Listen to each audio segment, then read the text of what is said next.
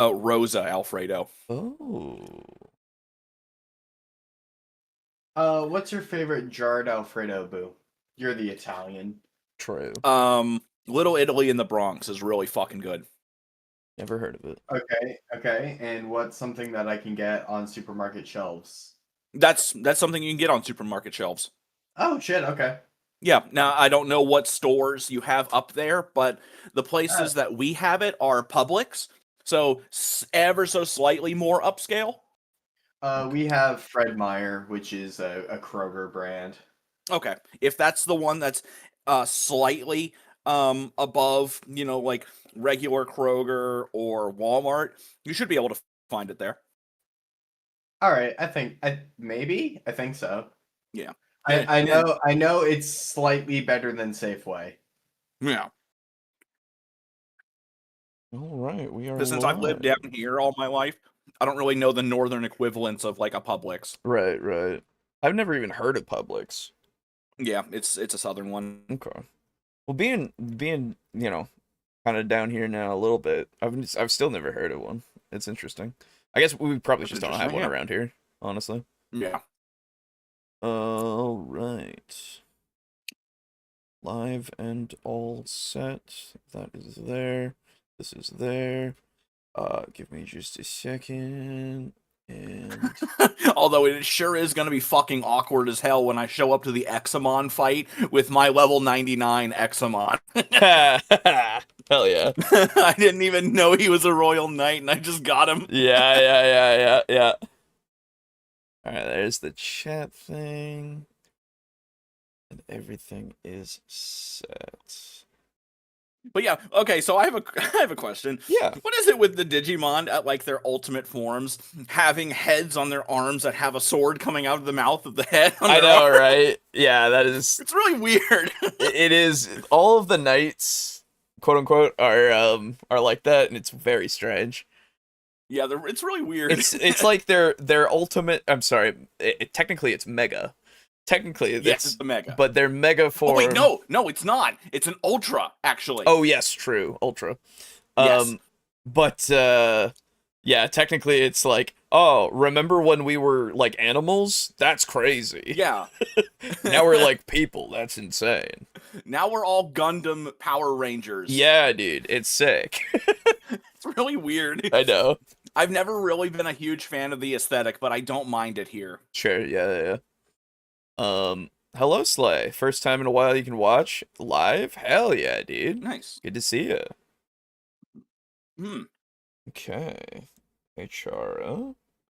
Good evening. It has been a while since it's been, all three of us, actually, now I think about it. It's been a couple of times. Nice. Yep. It's good. Let me up my volume. I've just been so fucking tired lately. Yeah. I know that feel, dude. No worries at all. Yeah. Holidays in retail. Yeah, I bet that's hell in a handbasket. And you can rely on it happening every year. Yep. Here, I'll close this so I can hear everybody perfectly. Yeah. Hell in a handbasket and the self-checkout is broken. Hey! There you go, dude. What a goddamn shame. What a shame. Retail never changes. God damn it, yeah, I was just gonna make that joke. Fuck! That is true. He is right. Worked at Toys R Us for 9 years. I can feel your pain, Boo. Oh, jeez, that would have been. Oi. Yeah, that's a bad one. Yeah. Well, hello everyone, and welcome back to Table Talk Discussion and Discourse. I, as always, am your host, Alejo, aka Great on 95. I'm your second host, Captain Chiral. And I'm your third host, who is eating. So my responses will be slower and muffled. Hell yeah. Pasta. Hell yeah.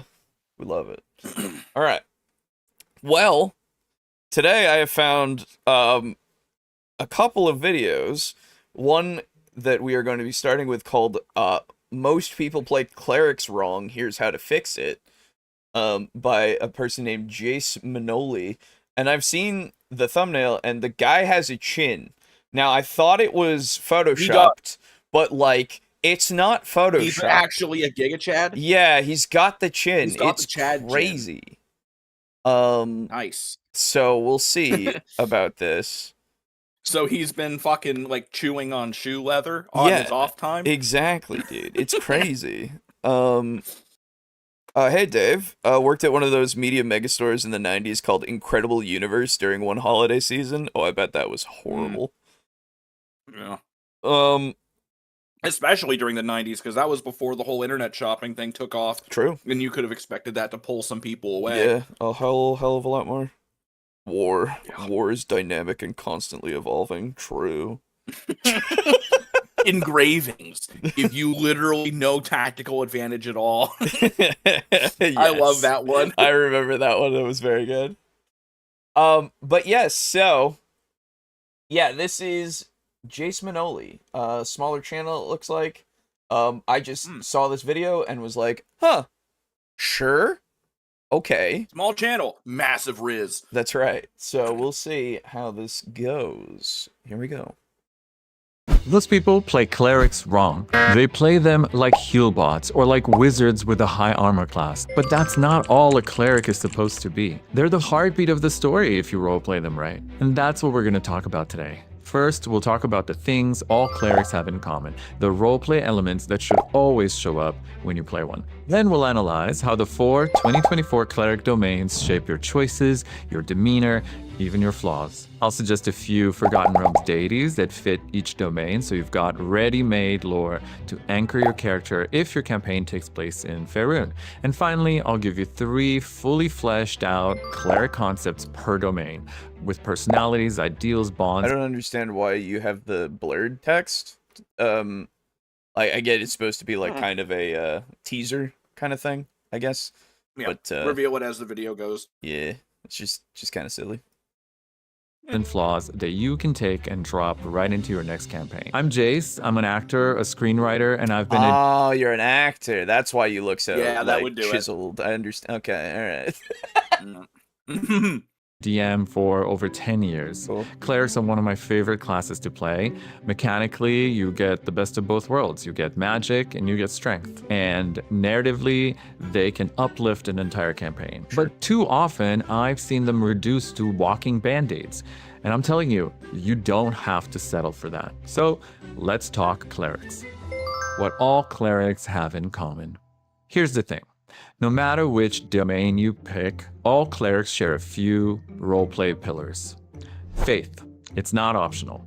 Even if you're a doubting cleric, your entire identity still revolves around belief, or the struggle to maintain belief, I guess. Sure. Unlike a wizard, you didn't bury yourself in books. Unlike a warlock, you didn't make a shady pact. You chose devotion. You chose service. And in return, your god actually answers. But how do you show that? Well, first, know your tenets. If you're in the Forgotten Realms, look up your god's dogma.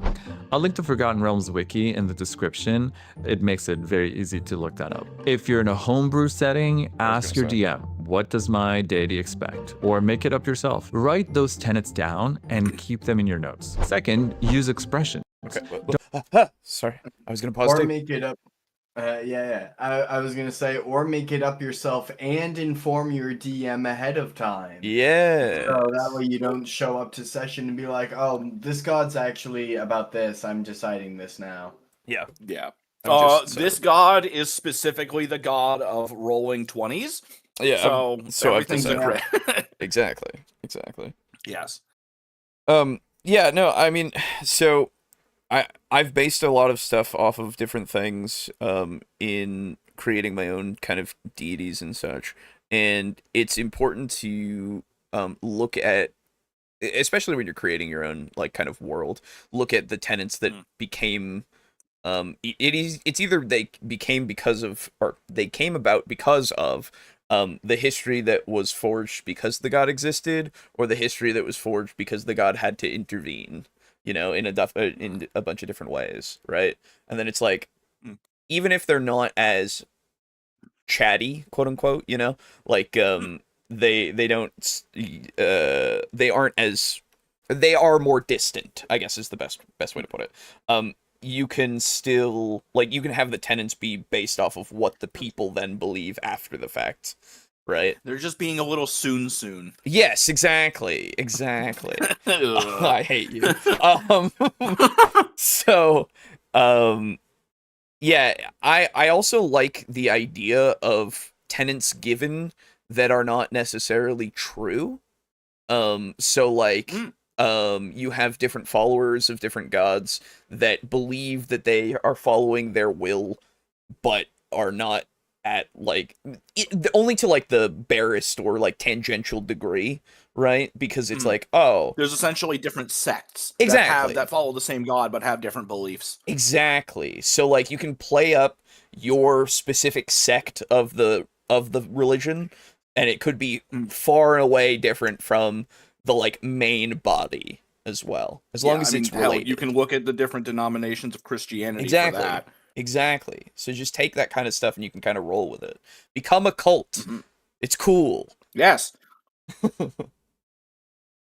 Don't just say bye. Say, go in Lathander's light, or may Ilmater carry your burdens. Come up with 3 to 5 little phrases that belong to your cleric's faith.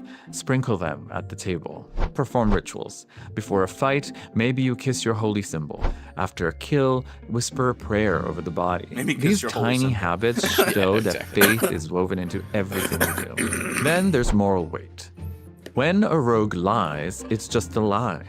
When you lie, it's either a sin or a tenet of your faith. When a fighter kills, it's just combat. When you kill, it's divine judgment. Every choice you make is heavier because people see your God's hand in it. Don't dodge that, lean into it. You've got the favor of a being of immense power. That can make you confident, even self-righteous, but it should also stress you out. What if you stray too far from what they expect and you lose it all? Sure. So, how do you roleplay that? Well, narrate the weight. When you make a tough decision, say out loud what your cleric's god would think of it, even if it's just muttering. Forgive me, Sylvanus, before you strike down a direwolf. Make morality messy. Maybe you don't heal the rogue who triggered a trap in their greed to steal a treasure. Maybe you hesitate to smite the villain because you can see their pain and you hope that they can be redeemed. Show the conflict. Sometimes your cleric makes the wrong call, and then they have to pray about it later. Use divine... So, I like these ideas. I really do. I like the narratives that we can make because of it. It's just one of those things that, for me at least, I don't know, it could weigh it down a little bit. It could weigh down my, like, decisions and such, and also make it so that it's... Like, and again, I like the ideas of, like, oh, don't heal somebody who is going against the beliefs of your god and all that kind of stuff. Like, there's roleplay potential and inter-party conflict that could happen because of that, which is interesting to me. But, like, there is I assume that would be, like, in the beginning, you know? Because at some point when they learn about each other to a degree, it's like, well... I can't stop you from being so greedy. I'm trying my best, but I'm also not gonna let you die, you know? Yeah, like, I can't teach you to be a better person if you're fucking dead. Yes. So, and I also can't teach you to be a better person if we're all dead, because we needed your backstab. Exactly. So, yeah. So it's all good stuff. It's just sprinkling that stuff more so, the more, it's not necessarily selfish, but you understand what I mean. It's that stuff that isn't necessarily helping the team. Sprinkle that more towards the beginning. That pragmatism. Thank you. Yes, pragmatism. Exactly. Fear. Have moments where your cleric wonders if their god will withdraw their favor. Maybe hesitate before doing something that your tenets don't discuss, as if you're waiting for approval. That tension makes that power feel earned. Then there's service. You're torn in 3 directions: serving your god, serving your party, and serving your own interests or conscience. And they don't always align. In fact, that's the conflict that makes clerics unforgettable. Imagine 2 clerics in one party serving rival gods. The drama writes itself. Yes. But how do you show this? Well, ask the big question. Whenever the party debates what to do, Ask yourself the fantasy version of what would Jesus do and substitute it for your god or goddess. And then let that answer pull you in a different direction than the group sometimes. That's not you being difficult, that's you role-playing the cleric.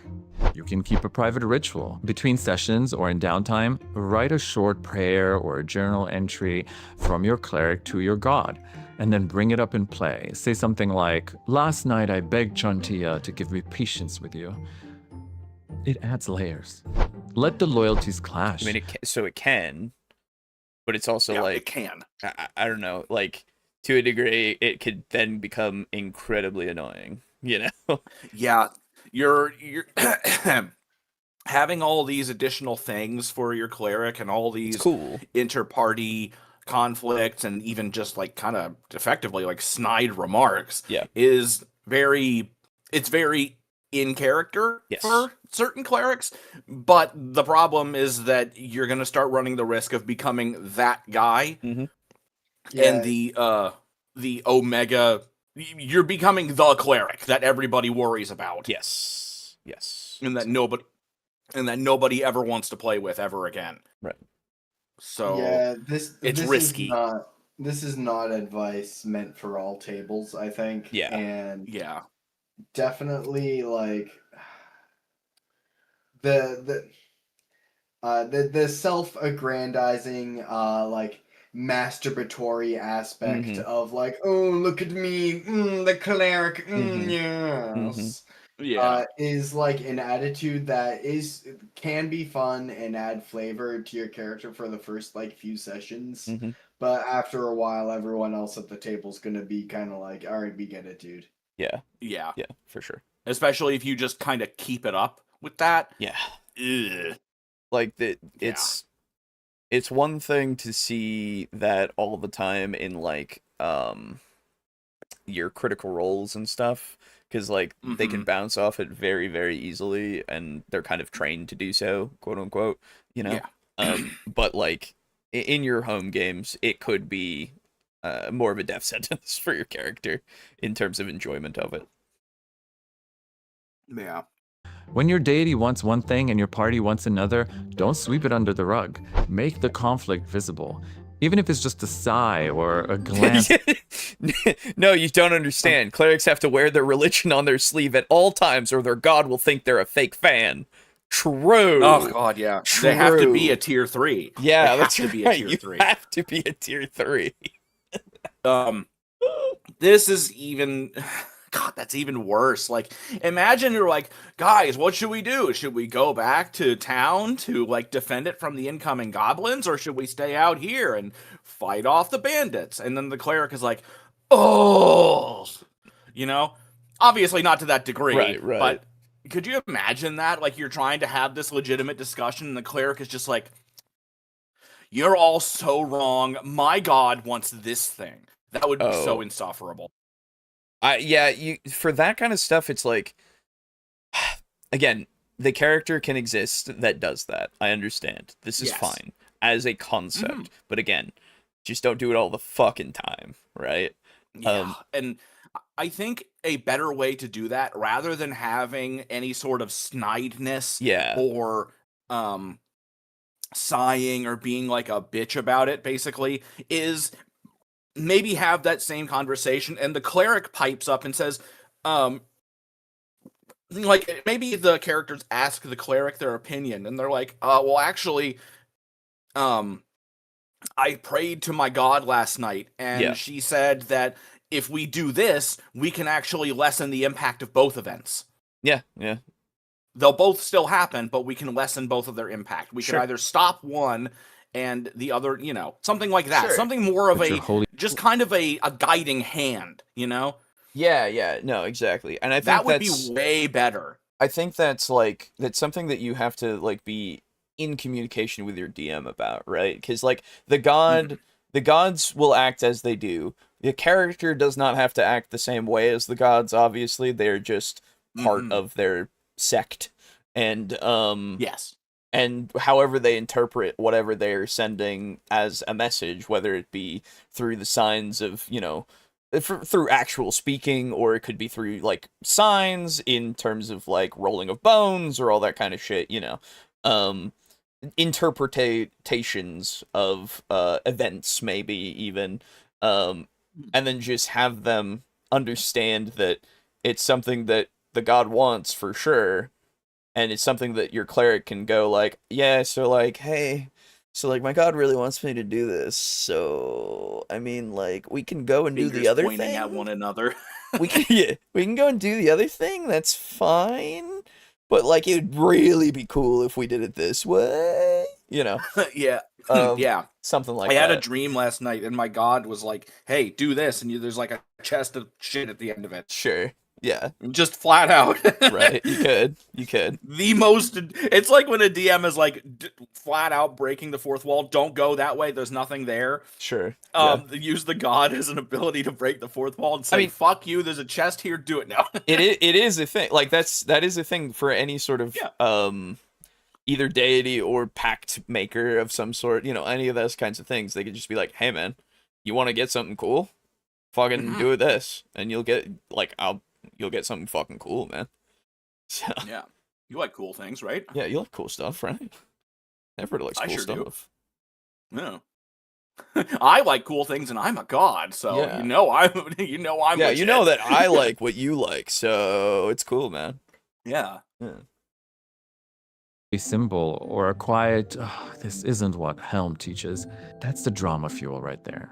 Of course, this requires a gentle hand and some planning. A little conflict is exciting for play. Constant conflict can get tiresome and annoying very quickly. So if the campaign is going to require heists, don't choose a deity who actively opposes stealing. Yes. If the campaign is in the jungles of Chult, don't pick a deity who disapproves of fighting beasts or dangerous animals. Okay, before we get into domains, remember this. Clerics aren't just spellcasters, and they aren't just fighters. They're walking sermons with a burden of expectation. And in their Some world, are. the Yes, divine some. spotlight never turns off. The life domain.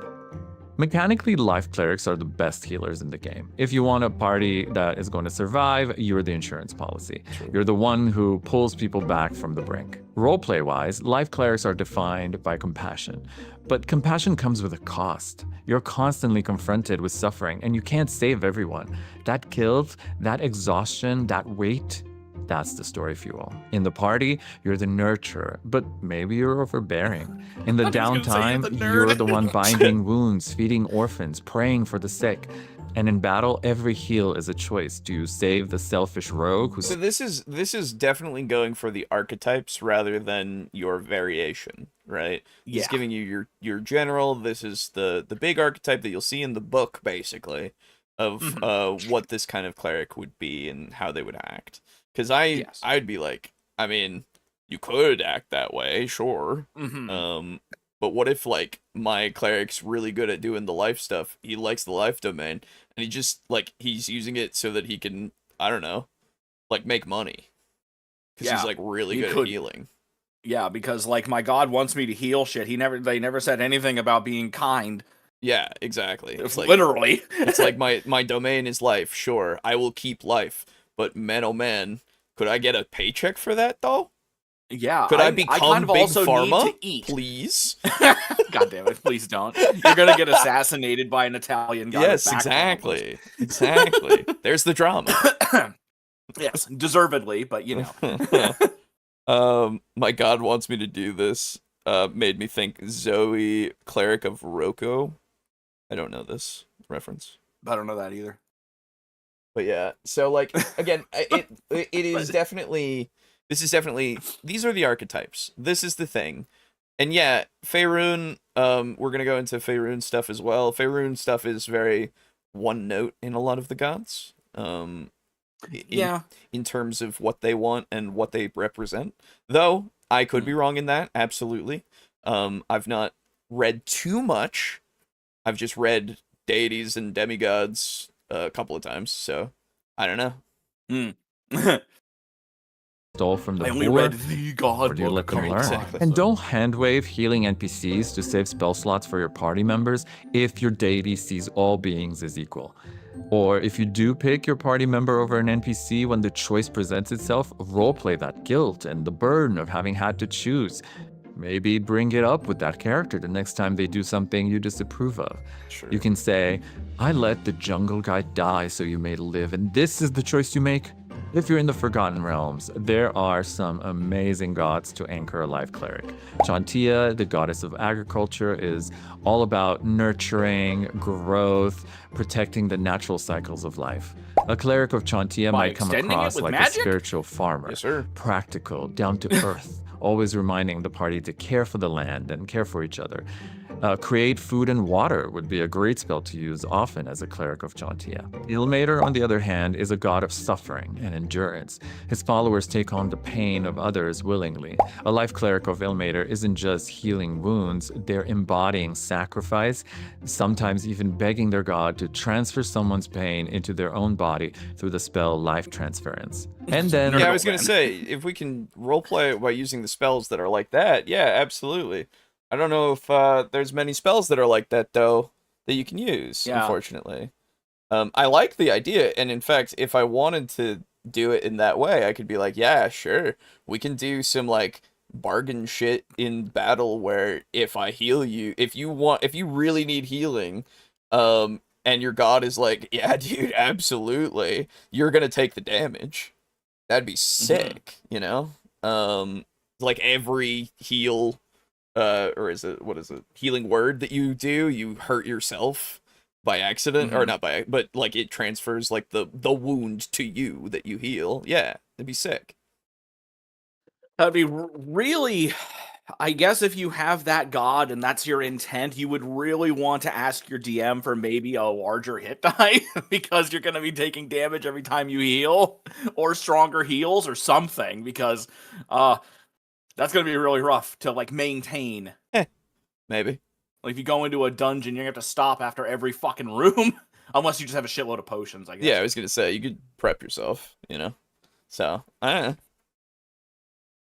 there's Lathander, the famous Morning Lord, god of dawn and renewal. A I've never Lathanderite heard of life him. cleric would radiate optimism, always talking about second chances, rebirth, and the promise of a brighter tomorrow. And in combat, they could have aura of vitality up all the time. Each of these deities gives you a different flavor of compassion: the nurturing caretaker, the suffering martyr, or the hopeful reborn. So let's create a few character concepts based on the life cleric. Sure. First, we have the martyr. This is the cleric everyone expects. The gentle, soft-spoken healer who would rather take a hit than let anyone else Is suffer. it wrong that They're at this always point in my life, when I think cleric, I immediately think something closer to like a fucking Sigmar battle priest? Because that's what I think of when I That's hear fair. cleric. That's fair. I mean, it's Because just I think the martyr here, as it's being described and written out, I see that more as a priest rather than a cleric, because of my WoW brain. You know what I mean? oh, okay, I Because- see what you're saying. You know, and then like swap out cleric for a paladin, and I Sure. kind of expect clerics to be more like paladins rather. Sure. Okay, I see what you're saying. I see what Yeah. you're saying. You know, where paladins are the healer, bruiser in heavy armor, Sure. and then clerics are the cloth wearing, you know, heal Yeah, bots. Yeah. I get you. I understand. I will say one of those, like, so this is using the ideal bonds and flaws system that they introduced a while back in 2014, and I assume 2024 has the same thing, because this is what he's talking about. It, yeah, I mean, I've always been like slightly about that system. It's good for very new people, for sure. Yes. Right? Like that's how they can figure this stuff out and learn how to roleplay better. Yeah, because I think the main issue that I have with the ideals, bonds, flaws thing Yeah. is really just the fact that there's not, as far as I can remember anyway, Right. I don't think there's any mechanical benefit to using them. No, it's literally just this is a reminder of how you've made your character, really. Yeah. And like, Um. There's a system very similar to this in Call of Cthulhu, and hell, also in Delta Green. Yep. And the difference here is that in those games, those systems actually have legitimate rules, and they are a part of the game. Yep. When you go insane, those are affected. Exactly. So, yeah, that's why I don't really give much of a shit about these. It's like a thing to take notes on. Basically, it's just another note box, which I'm fine with. Don't get me wrong. If it is helpful to keeping track of how your character is, maybe even putting like things in it after the fact of like things that you develop over the campaign, sure, like that's useful for you remembering how your character is. That's why I have a notebook. Yeah, or like, a notepad program. just anything to keep notes on, and like, and again, it's not a bad thing to have. Don't get me wrong; it is useful. I just think that we can absolutely use a notebook, and it's the same kind of thing. By the way, before we continue, Aiden, are you there? I'm here. I'm just playing Balatro. Oh, okay, yeah, because you were Fair. completely silent for a while, and I didn't know if you had muted yourself. No worries. Yeah. Okay. Smiling even when they're hurting because they believe pain is their duty. And maybe, just maybe, they even feel superior because of that willingness to sacrifice. You can play them as humble or quietly prideful, but either way, they burn themselves out to keep others standing. Then we have the mother hen. This is the bossy caretaker, the one who treats the party like unruly children who can't be trusted to eat their vegetables or get enough sleep. They will scold the barbarian for taking unnecessary risks, force feed the rogue healing potions, and make sure that everyone's boots are dry before a long march. It comes from well, at least love, it's not the, of course. It's but not the snide kind. It's the hey, you guys are hurting yourselves. Yeah, at least it's that. Yeah. Yes, exactly. Also be controlling, manipulative, even a little smothering. And lastly, we have the gentle optimist. This one is always going to be kind. They see the best in everyone, even enemies. They believe there's always a chance to heal not just the body, but the soul. Everyone can be redeemed. And that optimism is inspiring, but it also makes them fragile. A harsh word or a cruel betrayal cuts them deeply. They're the cleric who cries over the enemy they had to kill, and who apologizes when they can't save someone. Maybe they're too sensitive. Maybe. But in the world of blood and shadows and Dungeons and Dragons, that sensitivity can be powerful roleplay fuel. Sure. Let's talk about the light domain. With that, the crying over your enemies bit, I just got a flash of the rage crying Soy Jack inside Doom Guy's helmet. Like, God, I don't want to kill you. I'm sorry. Super shotgun. Yeah, for sure. Mechanically, light clerics are radiant blasters. You hurl fire, reveal illusions, blind enemies. You're as close to a holy wizard as clerics get. Roleplay-wise, light clerics are about revelation. They're lanterns in the dark. But remember, light also creates shadows. Shine too brightly and you expose things people don't want exposed. Sometimes truth destroys just as much as it saves. True. In the party, you're the truth teller. You challenge lies, you call out hypocrisy. In downtime, you guide, you counsel, sometimes interrogate. And in combat, your fire isn't just damage, it's judgment, purging corruption. For light clerics, the gods you serve completely change how you're... This is Sigmar. Yes. Cleanse this broken body. No. How dare. It's bless this broken body. Well, yeah, but you can substitute whatever word you want in that moment. Oh, okay. I Yeah, thought you were come just on, come quoting Saltspire. My bad. Radiance feels at the table. Koseth, the god of elemental fire, is a perfect fit for a light cleric who sees purification through flame. When you cast Scorching Ray or Fireball, it isn't just fire damage, it's a holy inferno that burns corruption, even if it scorches everything else in the process. Suni, the goddess of beauty, love, and passion, gives you a very different light cleric. Not a punishing torch, but a radiant flame of affection and inspiration. Sure. A cleric of Suni would relish casting casting enhanced ability, choosing charisma, of course, or calm emotions. And they would see it as divine beauty shining so brightly that anger fades. Okay, so I'm just looking ahead a little bit, like Mhm. in the thing, and I'm just seeing Yeah. these are the domains, and these are the gods, Mhm. and these are the domains, and these are the gods. And like, Mhm. sure, yeah. Um, Yeah, the overall vibe I've been getting this video is like, hello, newcomer to TTRPGs. Here is a cleric. Which Mhm. is absolutely a fair enough video, but I don't know if it's necessarily up our alley. yeah, Yeah. I was hoping for more like actual, I don't know, anything argumentative, I guess, Yeah. because it's like, oh, most people play clerics wrong. Here's how to fix it. I'm just gonna tell Yeah, you no, how it's Faerunian clerics are, yeah. and And I'm like, not really go any further than that. okay, yeah, sure.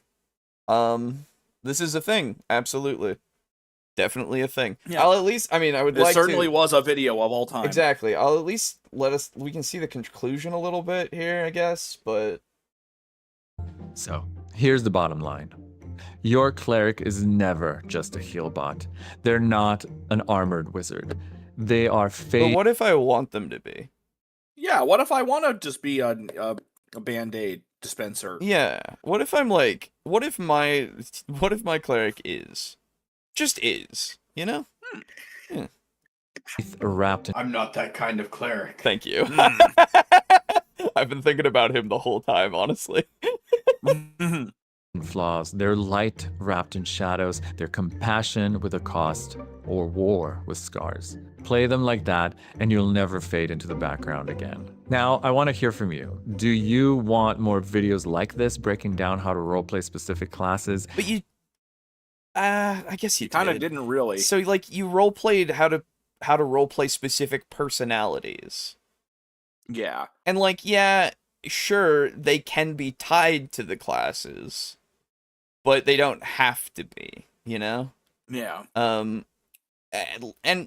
regardless, you are doing what you're saying on the well, you're doing that of like telling people how they can play clerics for sure. But like, are most people playing them wrong?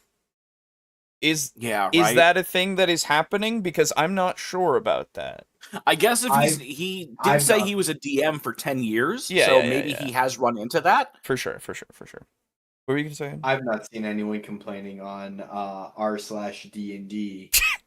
So I think clerics are healthy enough and just kind of fine. Yeah, I've never really thought about a cleric as being somebody that is in the background ever. You know? Yeah, no, that doesn't really happen. I They're kind of the linchpin of the party. They keep everybody alive. a lot of the time, yes. And it the conflicts and such, or the character decisions that you make as a cleric, that's kind of the interesting part, right? Because that is where everything kind of comes from. It's the character. It's more that character rather than necessarily the domain, right? Mhm. I feel like the domain is an aspect that you can pull from, Yes. but it shouldn't be your definition necessarily for that character, you know? Mm-hmm.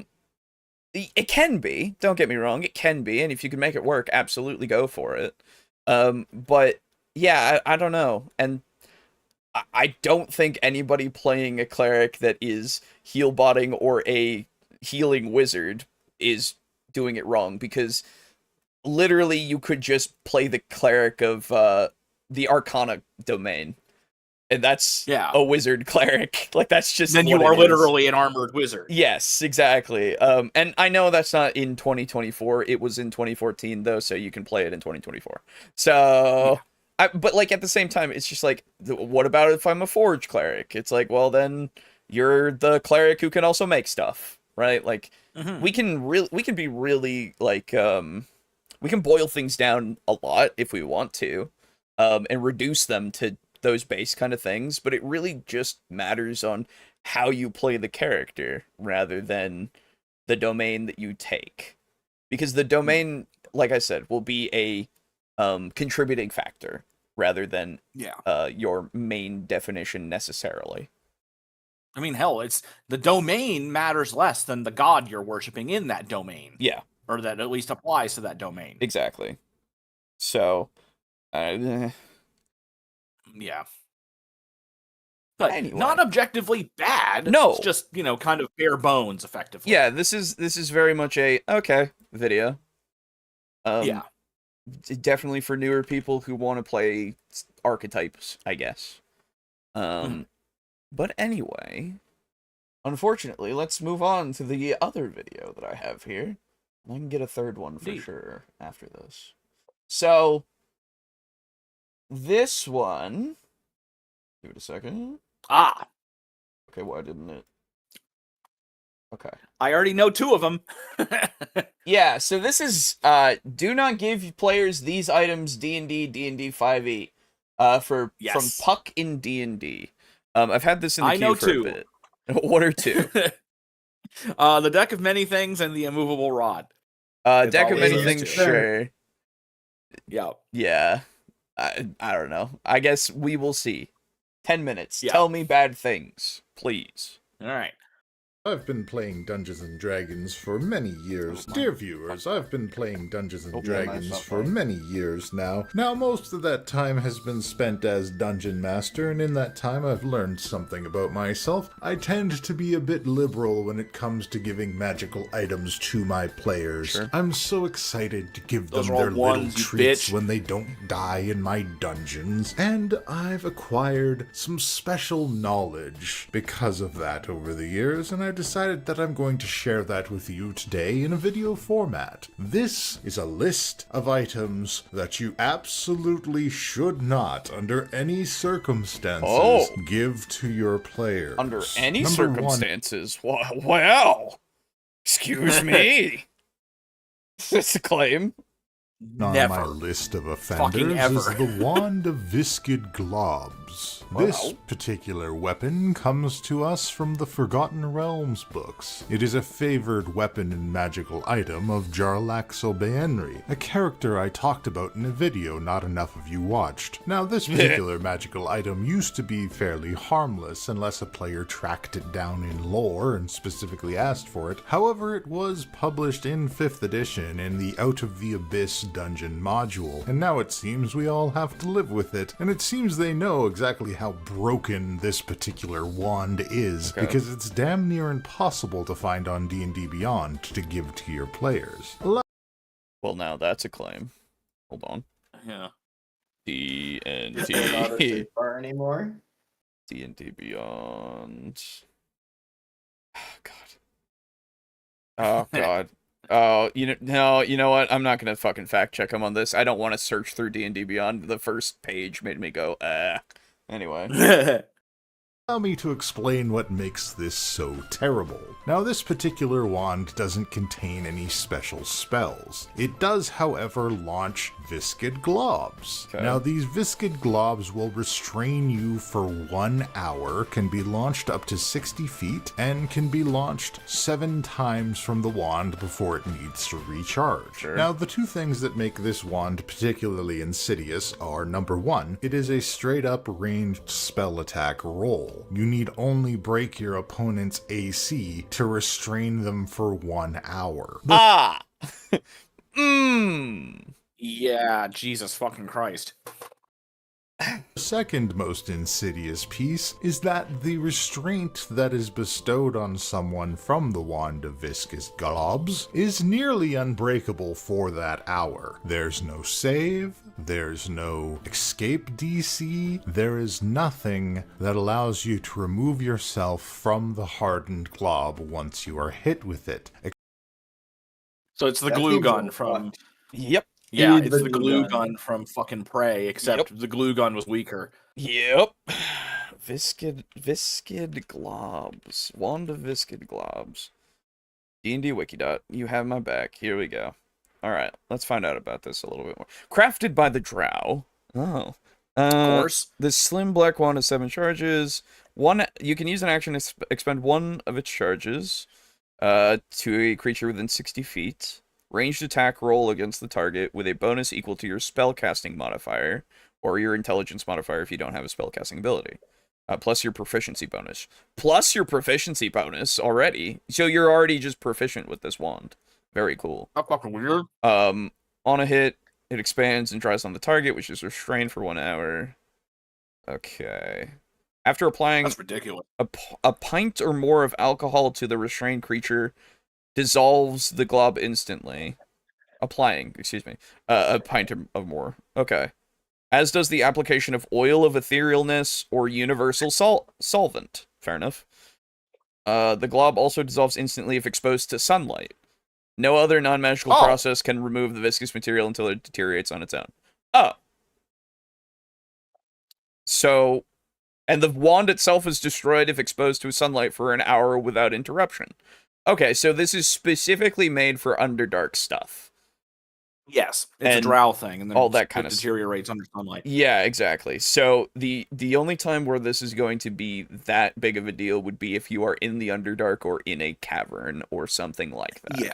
Okay. Okay, that's nowhere near so bad. No, exactly. I will say it's still busted, in the sense of restraining for an hour after just getting hit. Very crazy. Very crazy. Yeah. Spider-Man's web shooters for sure. There you go. But I don't know. Okay. Except those can be removed with just fucking water. That's right. So at least if I have my Marvel lore right. I think so. I think you're right. Except for two things: oil of etherealness and alcohol. Tell me about also, I guess, universal solvent if you happen to be carrying that around. This has the potential to fully neutralize any big bad that gets within 60 feet of this wand. Fully restrain them for 1 whole hour, which may as well be an eternity in D&D combat. True. And you can say, yes, they have oil of etherealness on them, or they have a pint of alcohol on their person, or even the universal solvent, but your players' eyes roll so hard they'll jump out of their heads and bounce around the dice trays. So yeah, wand of viscid globs, not even once. Interesting that you didn't talk about the sunlight aspect and say exactly where it would be a problem, but sure. Yeah, that's interesting. Seems strange, but let's go on. Learn the lesson very quickly. Now, on the flip side of restraining your enemies permanently, we have an object that gives the party a long-term safety box. I am talking, of course, about the Cube of Force. This is another thing that should not be given to your players under any circumstances. Unless you are, of course, giving them the 2024 version, which has been fixed. So keep a lookout for players that are going to be like, well, could I use the 2014 version of the Cube of Force? It's innocent, no reason. There is a reason. The reason is the old Cube of Force allowed you to create an impenetrable barrier that would wrap around you and a bunch of party members and last for 1 minute, then it moved with you. It was kind of a perfect escape box from any really difficult scenario, and players can get pretty far in 1 minute of combat. Now, of course, the drawback on this is supposed to be that the cube loses charges when it's targeted with a list of very specific spells. However, again, very specific spells, and the Horn of Blasting for some reason. As with most of the drawbacks on these powerful magical items, it's just very unlikely that the Dungeon Master is going to have access to any of these 5 solutions to the cube in a specific moment. So let's just, actually, now that I've looked into one and you've kind of not gone into it too much, let's just look into this one a little bit further. Yeah. What do you mean? You don't trust him? No. I don't trust anybody, ever. Okay. So, Cube of Force. So this is from D&D 5th edition Wikidot. And so it's the specific 2014 version that he's talking about. This cube is about an inch across. Each face has a distinct marking on it that can be pressed. The cube starts with 36 charges and regains 1d20 daily at dawn. You can use the action to press one of the cubes, expending a number of charges based on the chosen face, as shown in the Cube of Force faces table. Each face has a different effect. If the cube has insufficient charges remaining, nothing happens. Otherwise, a barrier of invisible force springs into existence, forming a cube 15 feet on a side. The barrier is centered... How do you know that it happens if it's invisible? Right. The barrier is centered on you, moves with you, and lasts for 1 minute. So 15 feet on every side, moves with you. Okay. lasts for 1 minute until you use an action to press the cube 6 faiths, or the cube runs out of charges. You can charge the barrier's effect by pressing a different face of the cube and expending the requisite number of charges, resetting the duration. Okay, fair enough. So you can just use it until it's out of charges. Very cool. If your movement causes the barrier to come in contact with a solid object that can't pass through the cube, you can't move any closer to that object as long as the barrier remains. Okay. So the first phase makes it so gases, wind, and fog can't pass through the barrier. The second makes it so non-living matter can't pass through the barrier. Walls, floors, and ceilings can pass through at your discretion. 3, living matter can't pass through the barrier. 4 is spell effects can't pass through the barrier. And 5, nothing can pass through the barrier. Walls, floors, and ceilings can pass through at your discretion, and then you can deactivate it with 6. So 5 is your ultimate one, but it uses 5 charges per minute, basically. So, okay. Yeah, I mean, if it starts with 36 charges, you could run through those quick. Loses charges when it's targeted by certain spells, or comes into contact with certain spell or magic item effects as shown in the table below, and it's those same spells that he was showing me. Okay. So, Showing you, he was showing me. Oh my god, true. Yeah, I mean, so I will say, nothing can pass through the barrier unless you want it to, is a lot. The only thing is that, one, you have to make sure everybody's within 15 feet of you. So you have to group up before you can do this. So yeah, you better hope that everybody's right there. Otherwise, you're gonna have a bad time. 2, so it moves with you and lasts for a minute. So if you're running away with it, something could chase you for a couple of minutes. Yeah, like things are still capable of moving, so I don't know about that, but I mean, hell, in the last one, it says that nothing can pass through the barrier except for walls, floors, anything? and ceilings. Yeah. Okay, so you're suffocating. Yes. Yeah. I mean, you have enough. I would be fine with them having enough air to like be okay for a couple of minutes. You know, like sure, that's fine, but that is at least something. Yeah, sure. That is something that you can impose, like, I don't know, maybe if you go in there, you use it for the full minute, and you're running away, sure, you know, in full plate armor or whatever, you might give them a level of exhaustion, because that's kind of fucking exhausting. Yeah, absolutely. Or even damage them. Yeah, like, it's, well, so remember that, also, that, holding your breath is equal to your constitution plus, something, in like minutes, so like they'll be fine. Oh, okay. Yeah, it's crazy. But that's ridiculous. Yeah, it's kind of crazy. But with that, nothing can pass through it. It's like, okay, so if you lock your friends out, they're fucking out. Yeah, they're done. You can't get them in. Unless really you turn it off. hope that they are all fully within the barrier. Otherwise, someone's losing a digit or a limb. Sure, exactly. So yeah, it is something that you can put some restrictions to, but also, like, I don't know. Yeah. Like, if nothing can pass through it, that means they can't do anything either. Exactly. So it's like, okay. Yeah, it's basically just fucking, what is it, Zonias in League? Yes. Yes, it's that. Except that you can move. A little bit, yeah. I would say that it's useful. It could be really useful if it has that spell effects can't pass through the barrier is a thing. So you could use it and then just fight a wizard and be okay, you know? Yeah, that'd be kind of interesting. There is something like that, and it's like, but it's like one of those things of like, if you do give this to your party, you have to remember that you did that, because if you're just throwing a wizard or, you know, anything like that without any other sort of anything, it's like, well, yeah, you just kind of threw everybody at the one guy. Yeah. How do you expect this to go? It's the one guy. Yeah, not well. Yeah. I don't know. It's just, it is just one of those things where, yeah, it could be an annoyance, but I don't think it's as bad as he's making it out, you know? Mm-hmm. And I mean, hell, you can do some creative stuff with it as well. Because, like, let's say you do have that nightmare scenario where it's like a wizard versus the party in a cube, and magic effects can't pass through it. What happens if he does, like, I don't know, stone to mud or something like that, or he does something that like slows their movement?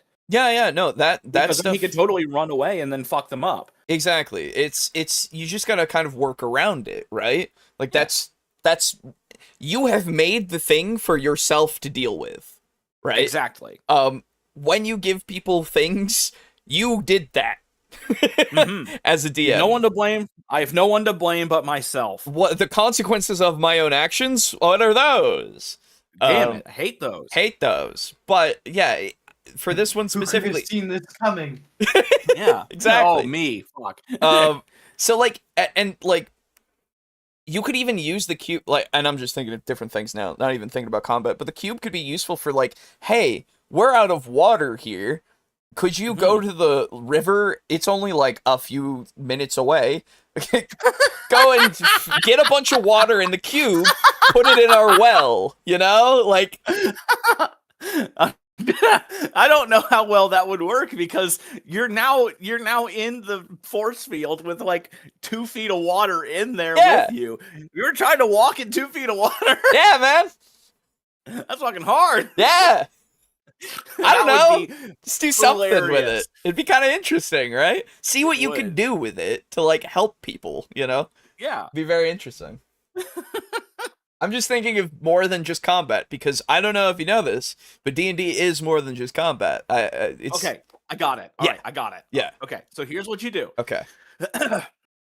What is that spell where it creates like a floating disc that follows you? Tensor's floating disc. That's it. Okay. There you go. So you have the person with the cube, and then they have like taken off all their heaviest shit. They don't have like their heavy shit on them anymore. Sure. You have a companion cast a Tensor's floating disc, and the guy with the shield or the cube goes into the river, does the barrier that doesn't let anything out, and then that mage fucking books it back to the thing while the cube caster is sitting on the disc. Yeah, exactly. Because the disc follows the mage at the same rate. Yeah, exactly. And the cube follows the person, as they're moving. So you could move things like that. It's fucking stupid, man. I mean, it's just, you can do interesting stuff with it, right? No, I know. It's interesting. I like it. It's great. So, yeah. But yeah, I don't know.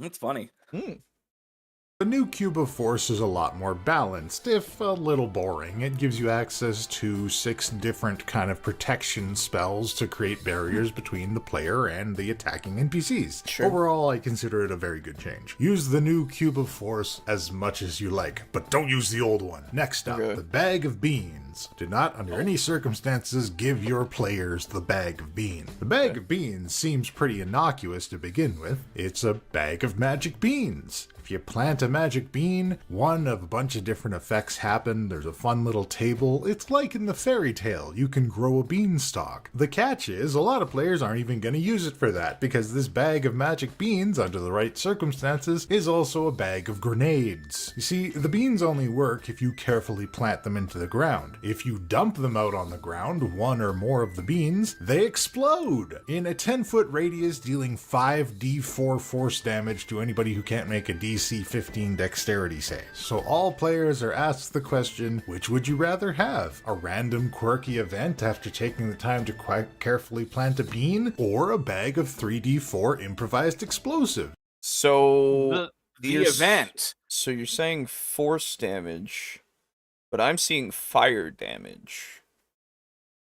Unless it was changed. Huh? I thought it was Force 2 because I remember Alejo, our first DM, talking about bag of beans. Maybe and I thought it was like, oh, you can like crush them up against the ceiling of the dungeon. Maybe. Hold on. I need to find this now because on Wikidot it's saying fire damage. On D&D Beyond, it's saying fire damage. And this is saying force damage. And this is saying forced bag of beans force damage. D&D Next. It's part of new D&D. Oh, of course. Of course. Okay. Wait, no. This one also says fire damage on it. What? Hold on. Yeah. No, that also says fire damage. Why does this one say force, but and that one says force damage, but that's 10d6 of force damage from one of the spells. Or one of the results, excuse me. Force. Yeah, I see 10d6 from 81 to 90, where a nest of 1d4 plus 3 eggs springs up. Any creature that eats the egg must make a 20 Constitution saving throw. On a successful save, the creature permanently increases its lowest ability score by 1, randomly choosing among equal low scores. On a failed save, they take 10d6 force damage from an internal magical explosion. Jesus.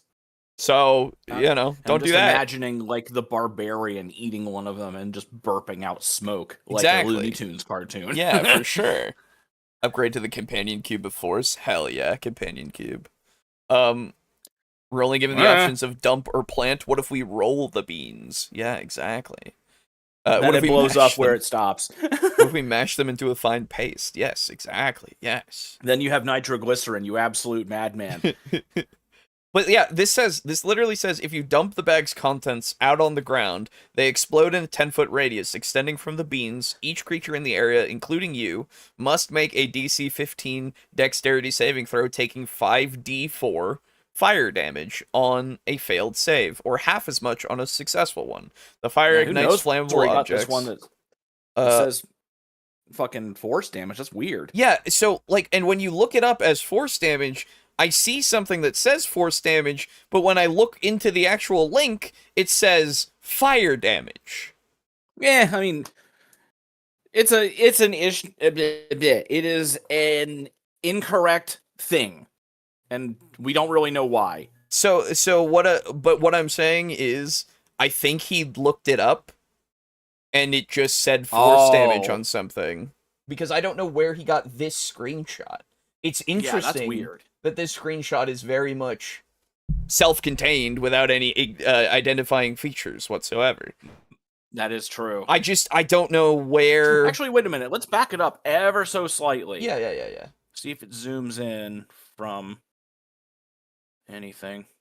I don't think so. Fully plant them into the ground. If you dump them out on the ground, one or more of the beans, they explode in a 10-foot radius, dealing 5d4 force damage to anybody who can't make a DC 15 dexterity save. So all players are asked the question, which would you rather have? A random quirky event after taking the time to quite carefully plant a bean, or a bag I don't know if I'm the 3d4? weird one, but I would definitely rather have the event. That's so much more interesting No, than absolutely, just doing a little bit of damage. 5d4 of fire damage is like, you know? Yeah, I mean, like, who fucking cares? Yeah. I would much rather have an event. That's so much more interesting. There's a shit ton I can do of them. 5d4 damage in, like, in a turn. Exactly. Like, you could sprout a mummy lord. Yeah. Like, 91 to 99 is a pyramid with 60-foot square base bursts upward. Inside is a sarcophagus containing a mummy lord. The pyramid is treated as the mummy lord's lair, and its sarcophagus contains treasure of the GM's choice. That's fucking awesome. Right? You could get the literal giant beanstalk on a 100. Yes, exactly. Like the Cloud Giant's castle to a different plane of existence. Like, there's so many things that could happen. That'd be so cool. Yeah. You get the fucking giant beanstalk and it's growing up into the sky, and all of a sudden a portal, the elemental plane of air, opens up. Yeah. And it grows through that. That'd be sweet. Yeah, dude. You could do so much with this, for sure. But no, I'd rather do potentially 20 damage. Right. And Jesus Christ. like the force damage part of it would make it so that not many things resist it. Making it which whatever. Fire damage as well, whatever. Why does this say excuse me. No. It doesn't say anything about that. It's weird. I just don't know where he got this. Yeah, but I think let's just move on. Or improvised explosives. I think we know the choice so many people will go with. Next up, a surprising entry. One that seems perhaps a little innocuous at first look until you start to unpack it. The Bloodshed Blade. Coming to us Chili from beans do fire damage, that is true. Mm. But in the fairy tale, Jack's mom threw the beans out the window because she was angry. Why didn't she blow her house up? True. True. Selling them is better than throwing them. That's also true. Yeah. Glory of Giants books, this bloody blade has a special rune on it that when activated, even after you've made your attack... I'm sorry. I know where he got it. Because that... Wait, no, I don't know where he got it. This looks official. Yes, but I think he got the other one from something like that. But I don't know what this one is. Yeah. Does this not like D&D Beyond style? I think it is? I don't know. Roll because I remember the like long blue lines to your attack roll to make it more precise, but that's only half of it. This one little bar of text at the bottom makes this blade just blow any smite you have completely out of the water. The attack, if it hits and you've invoked the rune, you can spend any number of hit dice and add that to the weapon's total damage. This was given to a rogue in one of my games. They got a critical hit on a sneak attack and did 200 damage by spending all of their hit dice. And okay. And roll sounds like a good use of resources. You then spend and roll one of your unspent hit dice. Really? Is what I am reading. Yeah, then that says, and then you spend and roll one of your unspent hit dice and add the number rolled to the attack roll. And this one that he's got says any number. What the fuck? Wait, what? Where does it say any number? In the... Oh, never mind. Okay, I see that part. I see that part now. Oh, okay. Okay. But yeah, I mean, hey, guess what? Now they don't have their hit dice. Yeah, now they have no hit dice, and they have, since... How many hit dice do you recover each day? Technically all of it, I think. Hold on. Yeah. 1. Oh, is it 1? It's 1. Oh, well then there you go. Yeah, so like, oh my god, he did a ton of damage to one enemy. This says you regain half rounded down. Ah. Oh, no, wait. Yeah, no, that's what it says. Okay. Oh, okay. So, but, I mean, but even so, it does a shit ton. Yeah, it does a shit ton of damage to one enemy. Yeah. Have more than one enemy. Yeah. I get you don't want it to get used against your big bad, but I mean, if your big bad is already in a position to get sneak attacked by your rogue, Yeah, so like, the rogue did like 200 points of damage to a single target, but like the target would have probably died after like 70. Yeah. And something tells me that 200 was just for the lulz. Yeah. And that sounds like the players are then baited into using expendable resources that come back relatively slowly because lulz. Yeah. So like, I mean, I don't see it as a problem. The other thing is that it's add the total roll to the weapon's damage. He only did 200 damage because of that crit. Yes. If you're a rogue and you have a whole ton of hit dice, guess what? Your hit dice are still fairly small as a rogue. Yes. If I remember right. It's a D6, I believe, yeah. Yeah, so he got ridiculously lucky. What did he roll, like nothing but 6s and 5s? Yeah, exactly. So, you know, like, yeah, great, amazing. Yeah. I don't know, it especially with, like, if you aren't using the way that the game wants you to use hit dice, the way that they want you to, in the sense of making it so that they need to take short rests during their adventure, because taking long rests requires them to be somewhere that is safe, Yeah, they're just not going to get that back and not be able to heal between things, and you're going to go through a bunch of spells or healing potions or whatever resources you got to get them to be okay, you know? Yeah. So I guess hit your rogue more and make them need to use other resources more because they've used up a shit ton of theirs. And I mean, hell, the Bloodshed Blade is an artifact, and if I'm correct in my assumption, artifacts are kind of relatively famous magic weapons even in the world, yeah? I think so. So, like, and that's a very distinctive looking sword. It's got, like, the red blade, the black blade, and it's, like, split down the middle. Yeah. I think an enemy would be like, holy shit, he's got the fucking Bloodshed Blade. I've heard stories about what that shit does. It fucking takes your life force and it makes you kill shit real good. So, if you see him explode a guy like fucking the Doom Crucible, gang up on him. Right, exactly.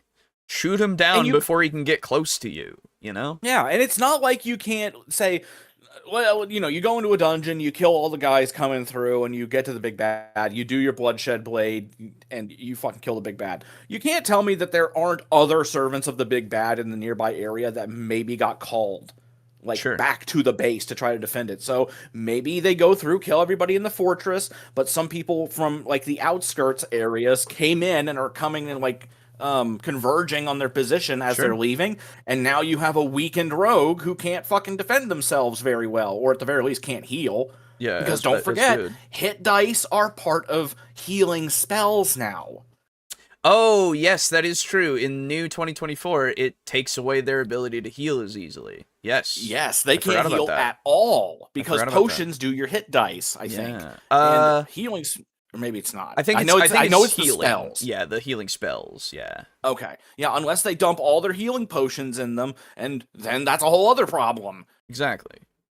So, like... So, this is very surmountable. I feel like it's a good thing to... Especially if you're giving them an artifact of some sort, at some point. Some sweet. That it's going to be something that you then have to understand that you've got to deal with. Yeah. I don't know, man.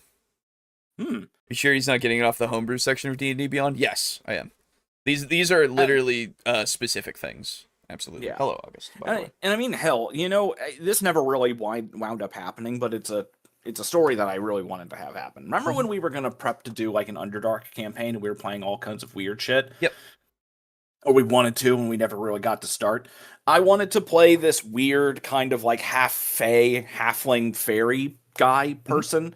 I forget what the fuck they're called. It's from a 3.5 book called Underdark. It's one of the races. Basically, they're kind of, like, slightly smaller halflings, but they have, like, furry wings, and they live in the Underdark. Yes. And their whole deal is that they live in an oligarchical society, and they ascend to seats of government by going on adventures and bringing back cool shit. Literally. Oh, that's cool. Yeah, so, like, there's, like, an election, and your election is you win an election based on how cool the shit you brought back is. Yeah, hell yeah, dude. It's really funny. And I was like, okay, that's really neat. I like it. It gives me a perfect reason to go out and adventure, and I'm looking for some cool item. What do I want to find? I'm flipping through artifacts in the book, and I'm like, I fucking slap my fucking hand on the book. That's it. I'm going to go find the Philosopher's Stone. Yes, that's right. And then I told Brogan, because he was going to be running it, it's like, hey, I want to go look for the Philosopher's Stone if I can. That'd be fucking sweet. And then I feel like if you're going to have a player be like, hey, I want to try to find this thing because it's really fucking cool, you'd be like, okay. And then you look into it and you kind of see how the fuck it's going to work and how the fuck it might fuck up your game if you decide to give it to them at any point. Yes, exactly. I would hope that you're not just flipping through the book. It's like, oh, you found treasure? Oh, here, have this. Yeah, exactly. I don't know. Because this comes specifically from a certain book, even. The, Big B Presents Glory of the Giants. So it's a Giants thing. So, like, I assume the campaign had some sort of Giants plot of some sort. And this might be something that, since it's using runes, man, you know? Like, yeah, that's true. It's a whole thing. Is it a giant sword? It says it could be any sword, and it's just very rare. That's all. So like I you see. can make it whatever you want it to look like, I guess. Technically. But Fuck your sword. I'm making it a bardiche because bardishes are cool. yeah, you could. Bardiches are cool. They are. Beheading bardiche. There. Yeah, fuck yeah. But yeah, it's just I don't know. This specifically feels like it should require some sort of gravitas, some sort of big quest, some sort of it is there for a reason, you know? And yeah, you give it to whoever you want to, and when they use it, it's because you gave it to them for the whole fucking thing. I don't know. Like, yeah, they could just use their shit all the time. Whatever. Ugh. Yeah, I don't know. This to me does not come across as a weapon or an artifact or an item that you should never give your players. Exactly. That's what I'm saying. So far, none of them are. Right. Here's the thing. There's a lot of opportunities where there's no downside to spending your hit dice, and you accumulate a lot of them throughout your adventure. Many of you probably never even used your hit dice before unless you do a lot of short rests, or perhaps you play a paladin. To give you an example, say you used this attack with a level 5 fighter, and you strike home with it, you invoke the rune, you can spend up to 6 d10 for damage. 6 additional d10 to your damage. And if you crit, it goes to 12. Depending on your crit rules on your individual game, of course. I'm just saying the damage potential is substantial here, and it goes up with each level that your player has the blade. It has the potential to take your big bad and put him in the ground in one hit. Be careful out there. Next up, we have Durn's Instant Fortress, aka... Why this... Okay, never mind. The Instant Fortress. Shut up. You know what this does. You know what you're gonna use it for. Everybody's seen a YouTube video or a TikTok or YouTube short where somebody shoves this thing in somebody's mouth, says the command word, and it's bye-bye bad guy. Sure. Everybody's seen it. Everybody knows about it, and there's a player at your table that's just itching for the opportunity to slip somebody an Instant Fortress and have it explode out of them. No. You've had it. You've abused the privileges. Do not give any player the Instant Fortress. Okay, so just because it's a meme, don't give it to them? Yeah, and also you sound like you've been hurt. Yeah, really. What if Jesus. I could feel the anger in that one. Like, dude, it's just it's fine. Like, you know? It's fine. We don't like By the way, if it's an instant fortress, then that means that the person who just shoved it in their mouth is also going to die. Yes. Because it's 20 feet on a side and 30 feet high. How wide is it? It's 20 by 20 by 20? Yes. Yeah, then they're dead. Unless they run away 20 feet, in which case the person who had it and they're shoved in their mouth can easily take it and throw it over to them. Oh, here we go. Each creature in the area where the fortress appears must make a DC 15 dexterity saving throw or take 10 d10 bludgeoning damage on a failed save. Or half as much on a successful one. In either case, the creature is pushed to an unoccupied space outside, but next to the fortress. Okay, so it's not even potentially an instant kill. Imagine you shove this thing in someone's mouth, they take 10 damage, and they're like, "Ugh, that was fucking weird. Oh, my jaw is fucking loose, though. Yeah. My jaw feels so limber. Yeah. I suddenly grew a Chad chin. Yeah, exactly, right? Like, it... First off, if they can throw it in somebody's mouth, good for them. They did it, you know? Because that's, one, I would make that hard to do. Yeah. Two, if they're sneaking up on somebody and then gonna do it, sure, that's fine. They snuck up on the person and did it to them. Good for them. But I think it's a one-time use. Yeah. So, like, you've made can you imagine they do it inside of somewhere in a town and they just create tons of property damage? Because they could do that and get in big trouble. The dungeon, and then the dungeon fucking collapses, and they're dead.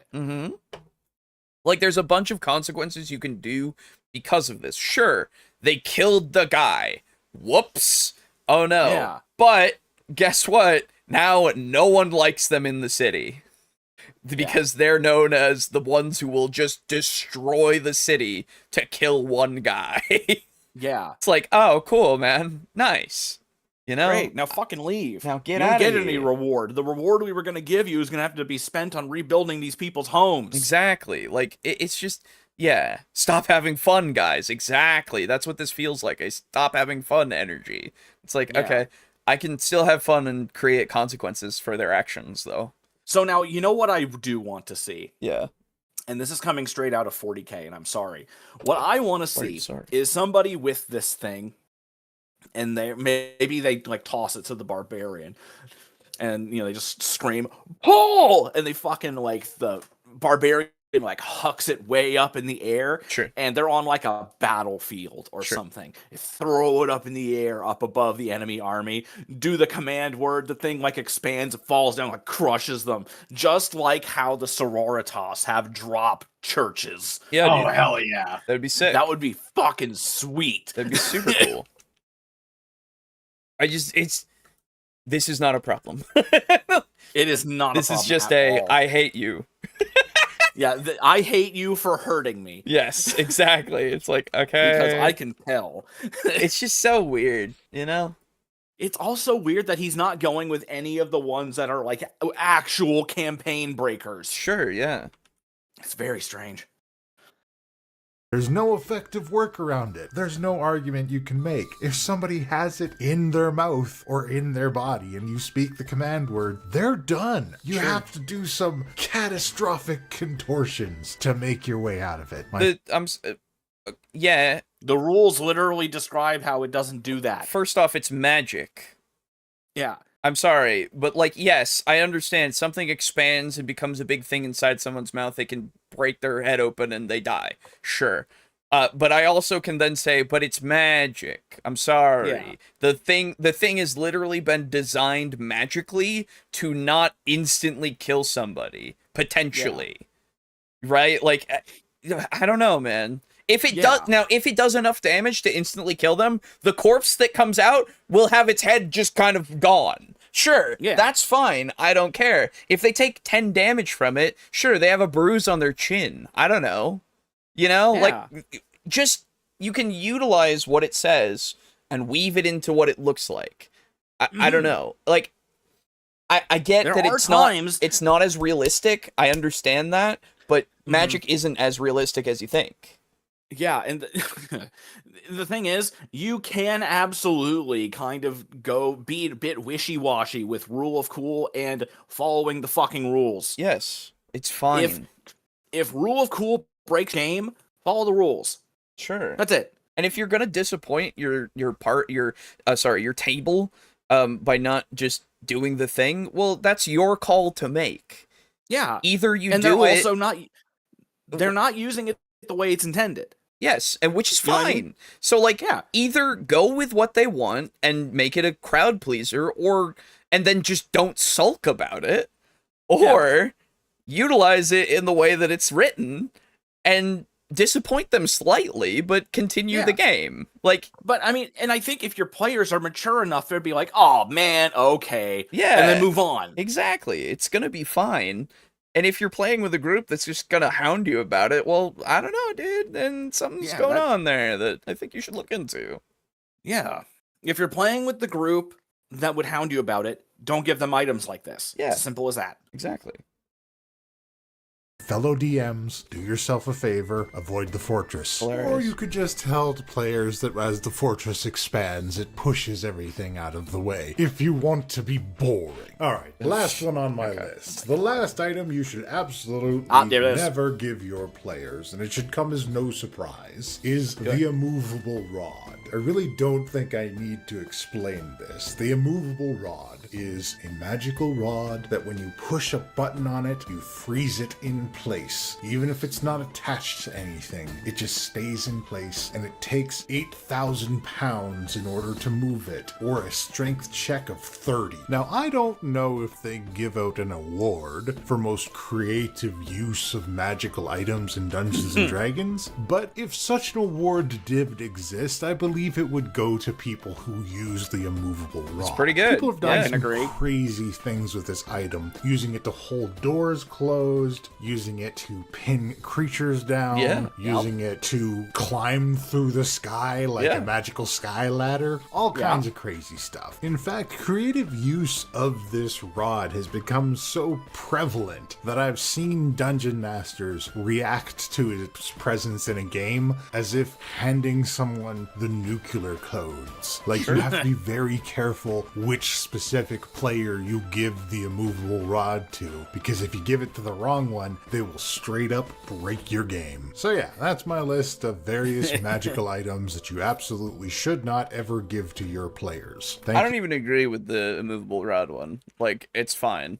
I understand that it can be annoying, sure, but like, you just plan around it, like any item, right? I think, and a thing with the immovable rod is that I feel like instead of having it be like the ridiculous strength check or whatever, if you use it to hold something like massive in place, you know, you do something really insane with it, I think it should just become damaged. I mean, I don't even know about that. I just think it's fine. It's one of those things where you give them one, sure, you know, and then like you plan around it. That's all you need to do. Like I think the problem is that it's very, very hard to plan around someone that can move wherever they want in a 3D space, up, down, left, right. They can stop any movement from things. You know what I mean? I guess so. With just one, it would be harder to do the movement in any direction, I would say, because that I would require checks for, because you need to have some dexterity and shit to like undo it, put it in the right spot, do it, you know, like it would be I would make it difficult because it's one of those things where it's incredibly difficult to do. You'd have to be pretty nimble and able to then, you know, move it and stuff. Hello, rogues. Well, so sure, yes, but like they're not going to get it every time, you know. Like it's sure, but if they get it, it is absolutely they're going to keep something. trying. Sure, and that's fine. They can keep trying as much as they want to, but they're going to get exhausted. You know, yeah, that's true. Like you have so many tools in your belt, right? Yes. So like I don't know. It's just one of those things where the rod itself, yes.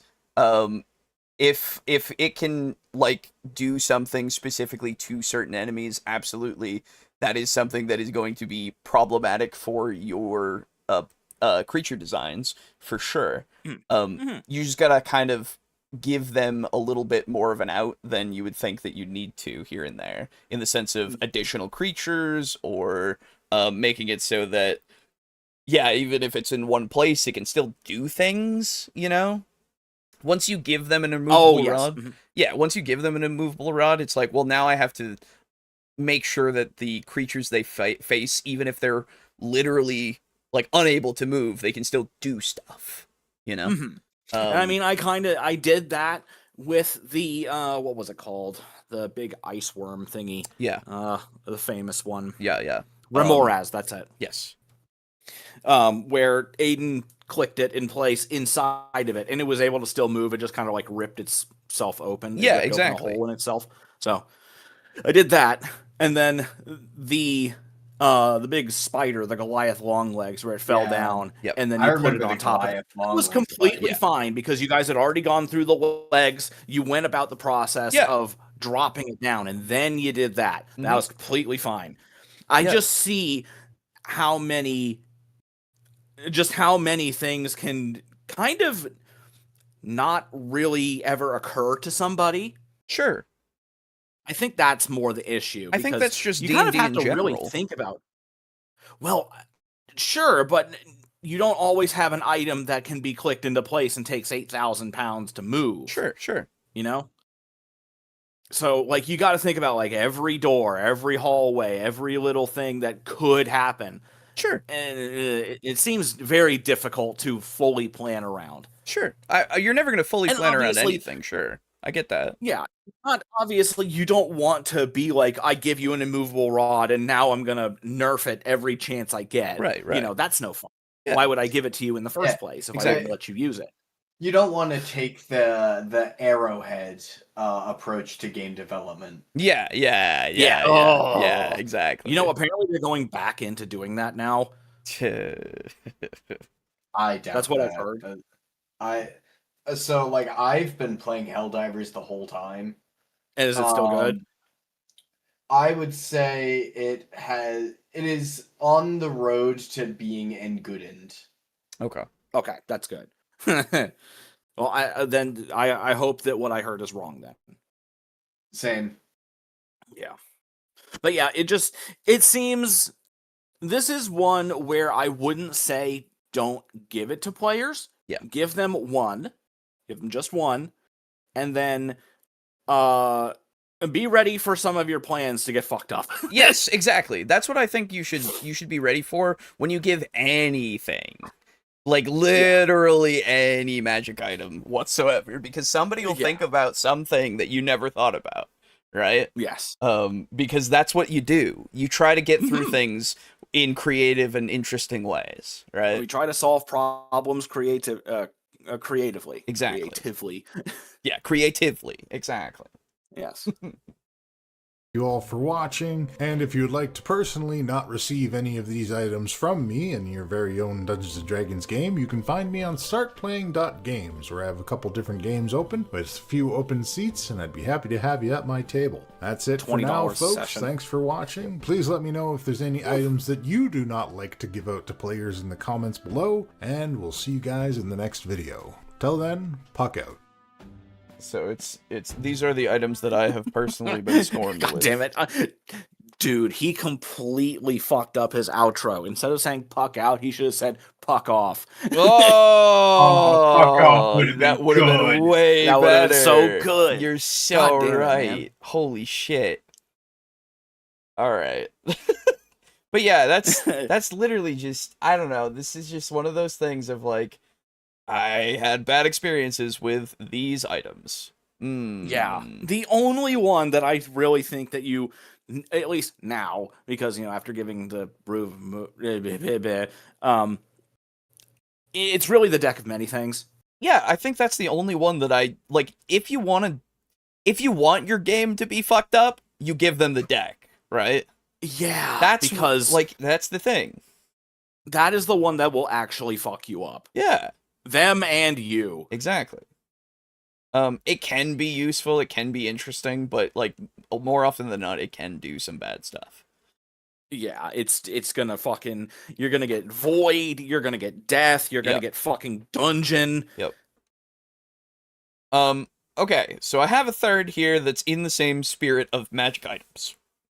Okay. So, allow me to interrupt first. I do have to bounce at this moment. Yeah, for sure, if you need to. So I do apologize. You're good. But yeah.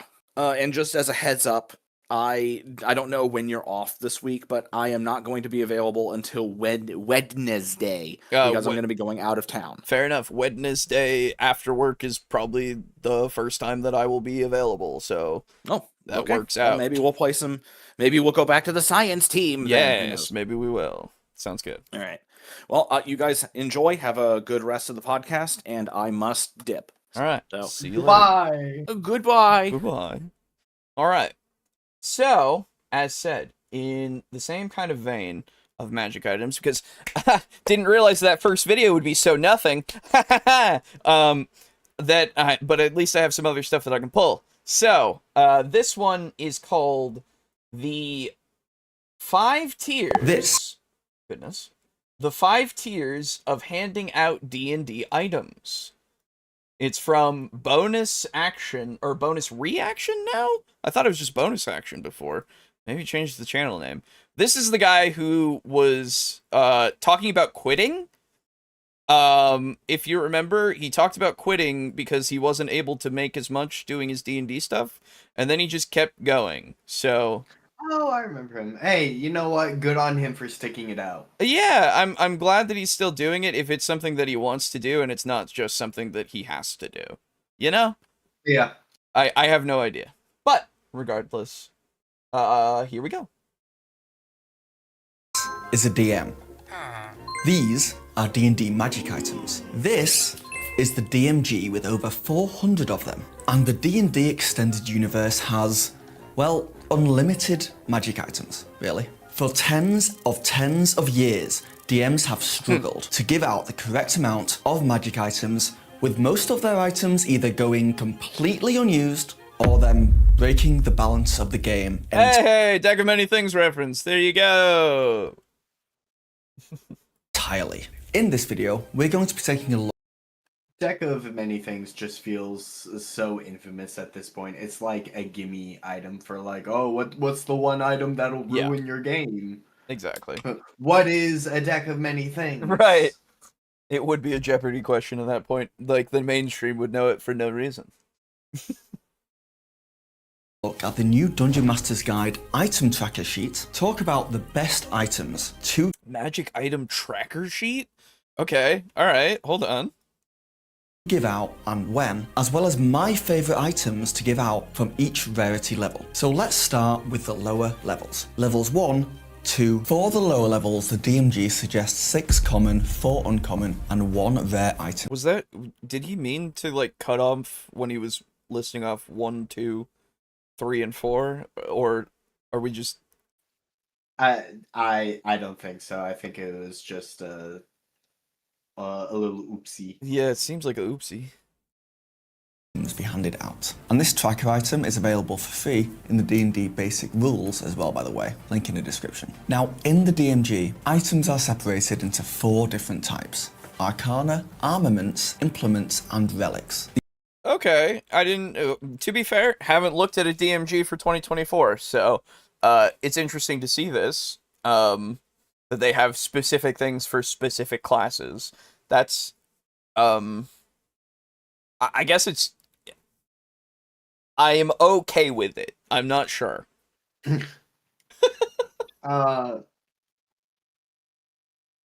Yeah, I would say I'm of the same opinion. Yeah. The easiest thing to do with all this is just to roll a D100 and see what items the players find. But I tried this in the past, and my players ended up with so many useless items that the game felt too unstructured. It was too random, and one player might get the exact magic item they wanted, and another player, nothing at all.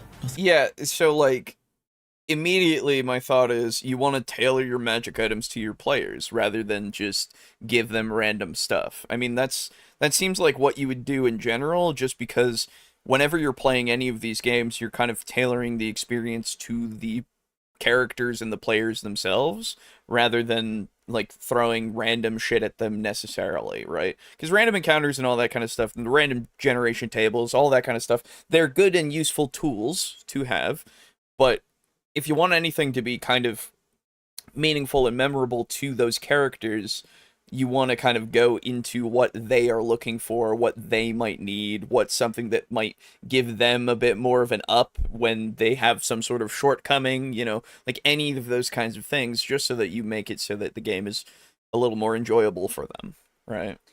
Yeah, I would hope one of these tiers of handing out D&D items is, and then we have the DM who talks to his players and says, hey, let's work together and design an item that will make your character feel unique. Yes, exactly.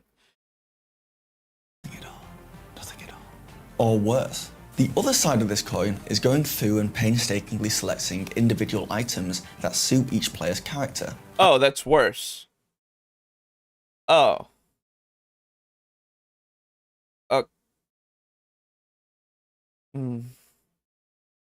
I've done this in the past too, and it does work. I think it's a better experience for the players, but it takes a lot of time and can make the game feel more railroady. Sure, it could, I guess. Sorry, I stepped away to grab a snack I'll and let came you... back to laughing. What's up? I not laughing. Hold on, listen to this. Oh, nothing at all. Nothing at all.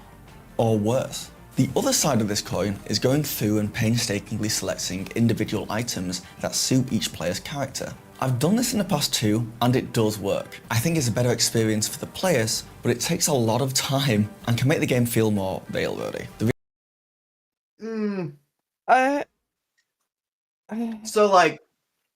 So, I guess I see where he's coming from, insofar as if I were delving through a 3,000-year-old tomb, Sure. and I found loot that was perfectly suited to our party, Yes. I would go, ha, wow, isn't that a coincidence, Mr. DM? Wink. But like, on the other hand, Yep. there does come a little thing called suspension of disbelief, Yes. where the player's just gonna go, okay, you know what? I don't want to have to delve through 7 dungeons before I get my wand of fireball. Right. Thank you, DM person. Exactly. Like, it's always a fine line in that kind of case, but obviously you tailor the situations to kind of match what you're trying to give, you know? Because, like you're saying, if they go through a 300-year-old dungeon to find something that seems a little bit, whoa, it's made just for them, then it's like, yeah, probably not, right? You can give them something that's like an old piece of quote-unquote tech, right? That might help them in the future and isn't necessarily tailored to them, but it's good and helpful. But like you could make things that are more of a tailored side quest or some sort of tailored dungeon that is going to give them something that is more quote unquote tailored to them. Hey, how many more times can I say tailored? But regardless, the railroady aspect of it is like, Yeah, giving your players the powerful loot they want equals restricting their freedoms by railroading them. right, exactly. I don't think that that's a great comparison, or sorry, uh not comparison, fuck. I just think, yeah, it's a bad word to use. Yeah, it's just not, it doesn't fit the situation. I'm sorry. Like, I don't know, man. It's just very strange. Also, I hate that this is the worst part. The other side, the worst side, is hand-picking these things and making it more fun for the players, and it works. It's just time-consuming, and I'm like, all right, sure. If you don't want to spend more time on your game, that's perfectly within your right. Don't get me wrong, but as a reason for this to be worse, that's a very like not that high of a bar that you've like put in front of me that I can jump over. I'm sorry. Reality is, for me at least, I want to do a mix of these things, giving out items randomly and cherry-picking individual ones. Sure. But in these first few levels, you want to get your players some kind of communication device and probably some kind of bag to hold a lot of things. And then I'd say just a mix of clothing and weapons. But actually, I don't think there's much need to give out any weapons before level 5. The players have their starting equipment, so they can kind of just get used to that. And I think the extra slots are better used for clothing, armor, and accessories. Something the players can wear. And it's even better if all these wearable... I like the inspirational quote.jpg. Oh, I didn't even see that. That's pretty good. That's good. All right. Good stuff. Hey, we're not going to outright say you're the chosen ones, but... Yeah, exactly. Yeah, you're the voluntold ones, the heavily suggested ones. Yes. Items come from the same place, like an organization or an individual who's hired the party, just so it can feel like the party's all in uniform, they're a team together. Oh, it's like what we did with the fucking every single Mithril chain shirt that we got in Devils and Dice. Whoa, it was pretty cool, and it had little A's on them because triple A. Hey, it was sick. Hey. The world may react with them differently, and there's just like a narrative thread linked to the items you're giving out. Yeah. So let's say I have a group of 4 players. We need 6 common items, 4 uncommon, and 1 rare. Obviously, the 1 rare item should not be specific for any one player character. That would be unfair. So let's make this item useful to the whole group, probably the bag of some kind.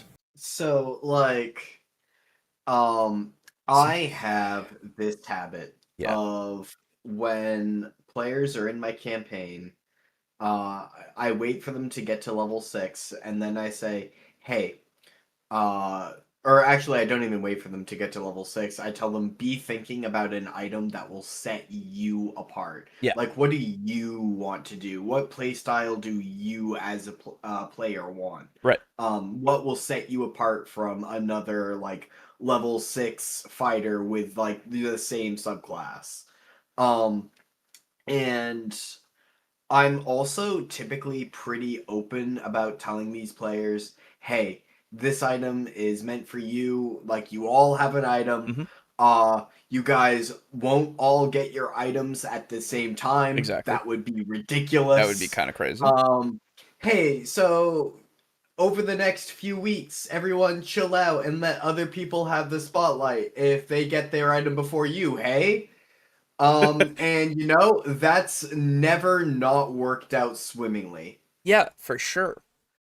I can see that being great. Like, this magic item tracker seems interesting and okay in theory. I don't like it. I don't like it either. Don't get me wrong. It seems like, in theory, it could be useful for somebody who has never run anything. Ever.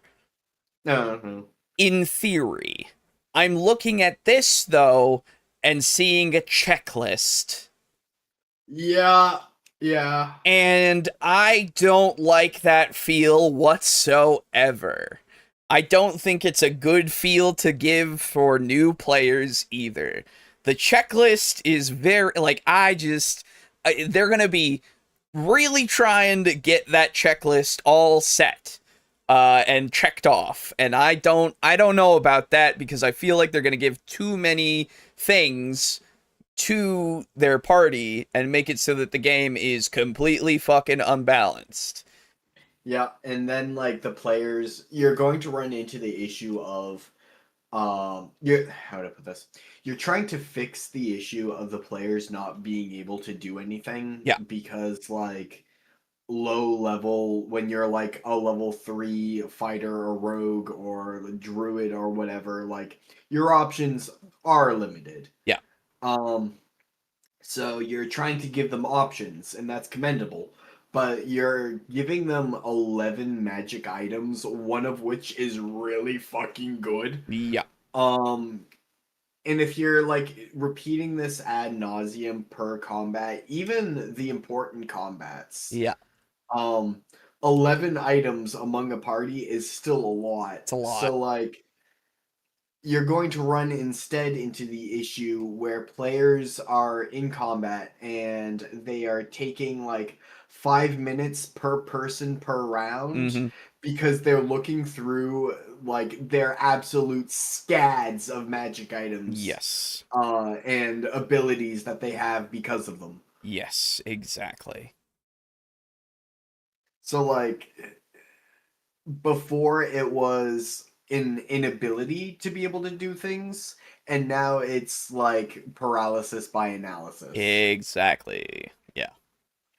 Or paralysis by choice, rather. Sure. Yeah. Some kind. Now, weirdly, the bag of holding is an uncommon item, but other similar storage solutions like the portable hole or the handy haversack are there. You can also make your own item for something like this. For example, I like the idea of a pop-up tent. You throw a roll of fabric on the ground and it turns into a 10-foot by 10-foot tent. Anything you store in the tent stays in the tent when you take it down, so it can be used for storage, but it can also be used to make camp. And it is... Sure. Actually, my last D&D session, we custom made exactly that. There you go. Yeah. So it seems like it's just a very, very useful thing. So yeah, it has unlimited food, water, plenty of cookware, Sure. so we can have comfy meals on the road. Yeah. No security, but like, hey, that's what keeping watch is for. Exactly. Just a tent though, so there's no protection there. If anything, think of it like the portable hole, but upside down. As for some kind of communication device, something like Earring of Message, which I've used before in the past, or Sending Stones are classics. But I like a twist on this. In the adventure book Waterdeep Dragon Heist, They have a paper bird that when you write a message on this paper, then turn it into a paper bird or plane, then throw it, the paper just finds its intended target and they get the message. I've also been playing with the idea of like incense sticks or a campfire, something that makes smoke, that when activated you can choose someone within range who also sees you in smoke in front of them. And you can see them in the smoke in front of you. That's it's cool. like a video call, but you see each other in the smoke, and the twist is that there's no sound. So your players kind of have to play charades with each other. I'm going to be putting these magic items in more detail in a PDF. Yeah, I like the idea. Yeah. Can you put one of those beans on the paper bird? Yes. Yo. Here's your message, bitch. Yeah, just send like 50 origami birds, each of which loaded with one of those beans. Just send them at the Lich. Yeah. Counterspell this, bitch. My Patreon, by the way, for anyone interested. Communication items like these are normally uncommon, so we can put 1 tick there, leaving 6 common items and 3 uncommon items left. And honestly, I have no problem making all these a mix of random things players could wear and fun items the players could get creative with. This is where I'm going to start creating my own random magic item table with things like armor, such as the Armor of Gleaming, Cast-Off Armor, Dread Helm, clothing, such as Nature's Mantle, Cloak of Billowing and Cloak of Many Fashions, and weird items like Lantern of Revealing, the Immovable Rod. Remember when this task was taken up because the other approach would be too costly for time? Yeah, I do. Yeah. I remember.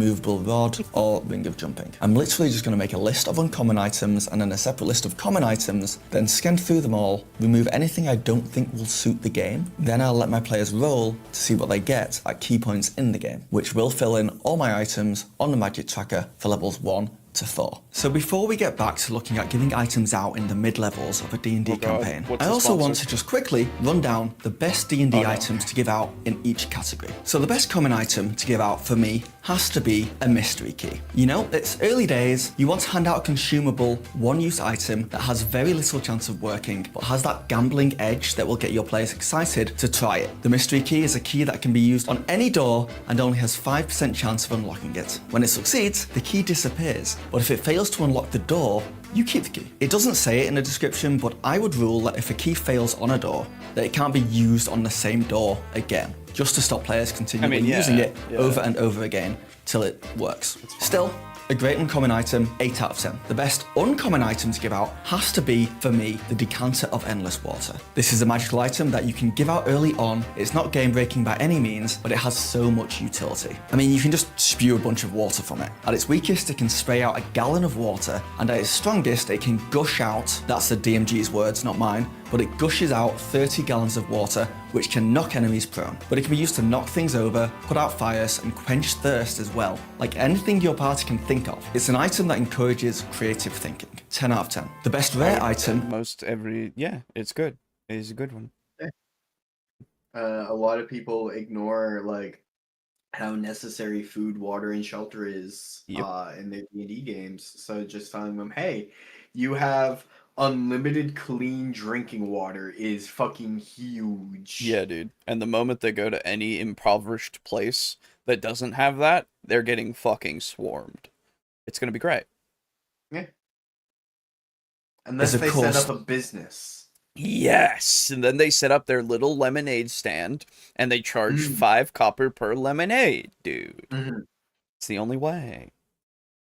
The portable hole. It has a ton of uses. The main one being, of course, just a place to store stuff. There's also an hour worth of oxygen in there, so someone could breathe in there. And if you throw a bag of holding in there, it opens up like a wormhole to another plane of existence that everyone just gets sucked into. But really, at its core, it's a huge pocket that you can fold up and put in a smaller pocket. And you'll never be able to predict the kind of things your players will do with it. So once again, encourages creative thinking. The best very rare item is something like the Manual of Bodily Health or the Tome of Understanding. Alejo. Yeah. Isn't the portable hole, like, rules as written, like, also able to be placed on a surface and just, like, you can now go through, say, the wall of a building? Now that I do not know. Let's find out. or portable whole 5e wiki. There we go. Thank you, Wikidot. Okay. The fine black cloth, soft as silk, is folded up to the dimensions of a handkerchief. It unfolds into a circular sheet 6 feet in diameter. You can use an action to unfold a portable hole and place it on or against a solid surface, whereupon the portable hole creates an interdimensional hole 10 feet deep. Cylindrical space within the hole exists on a different plane, so it can't be used to create open passages. Thank you. You are welcome. I know it's boring, and we can talk more about it in a bit, but fundamentally, it just boosts one of the stats of the players. But honestly, it's just useful for balancing the party if you have a player character who is not quite having the impact their player may want, compared to the other player characters. Sure. The best legendary item is the Sphere of Annihilation. I mean, come on, this 2-foot diameter black sphere is a hole in the multiverse, hovering in space and stabilized by a magical field surrounding it. The sphere obliterates all matter it passes through, and all matter that passes through it. And also, anyone can take control and move this sphere if they roll a high enough Arcana check on it. Which is hilarious to me, because imagine 2 fighting wizards, each trying to control the sphere like a tug of war. Also, I imagine a Doctor Stone. Yes, okay. My brain, so... Sorry, it just unlocked a memory of the Dresden Files. There is a scene, basically, in the books of that, and it's fucking awesome. Oh my god. Okay. Dresden Files. Go read the Dresden Files. My god. I can't wait for the new one in 2 months. I'm so excited. Anyway. Strange style situation where there's just a room in the player's home base that no one is allowed to go in because that's where they keep the Sphere of Annihilation. Easy, 9 out of 10. Okay, let's talk about the best items to give out in mid-levels D&D. Thank you. High 5. 5th to 10th level are where things start to get trickier, because the DMG recommends giving out 34 more items. That is 6.8 new items every level. That's I also ridiculous. think that these are the levels where your players are going to have a very clear idea of who their characters are and what direction they want to go in. So honestly, now more than any other levels, you should communicate with your players and figure out what they want. There you go. Yay! Talk to your players, communicate, find out what they want. There it is. Okay. At least it was said. Specifically, but get a vague idea. Apart from that, I think levels 5 to 10 are weapons levels. Give every one of your players a cool-ass weapon that suits their playstyle. Also, give each player an item that changes the way they move in some way. Maybe an item that lets a player move farther than normal, or fly, or teleport. Sure. This is also a time to take a look at your players' character sheets and figure out if any players need a buff. They will. You will have players who do all the damage, never get hit, and breeze through the game. Then you'll have players who are the opposite of that. So give struggling players a helping hand, specifically give them items that boost certain stats, or ways to avoid getting hit or do more damage, whatever they need. And when you give out these items, you make sure the whole table understands that the item is for that particular player and that particular player only, just to stop another player nicking it and becoming way more powerful. Well, so, let's, okay, yes. Respect, though, is a thing that we will probably have at our table. So I would imagine that that doesn't need to be said, but if it does at your table, oops, I guess. 1 movement-based item for each character, 1 weapon for each character, and then 1 or 2 items to buff individuals. And I'll throw a list on my Patreon as well for free of items in the DMG that boost stats of characters. And that's all that's like 10 things, maybe 12 things. So, and if it recommends 34, I feel like 34 is excessive. Are they counting, like, healing potions as magic items at this point, in the sense of, like, for that tracker? They are magical. I know. But what I mean is that the intention, right? Like, some of it is just... That was me saying they must be. Oh, okay. That means we have 16 items left, mostly uncommon and common. For this, pull back out the random tables we had from earlier. Maybe add a few more items to them that you think your players might like, and then roll away, filling that item track.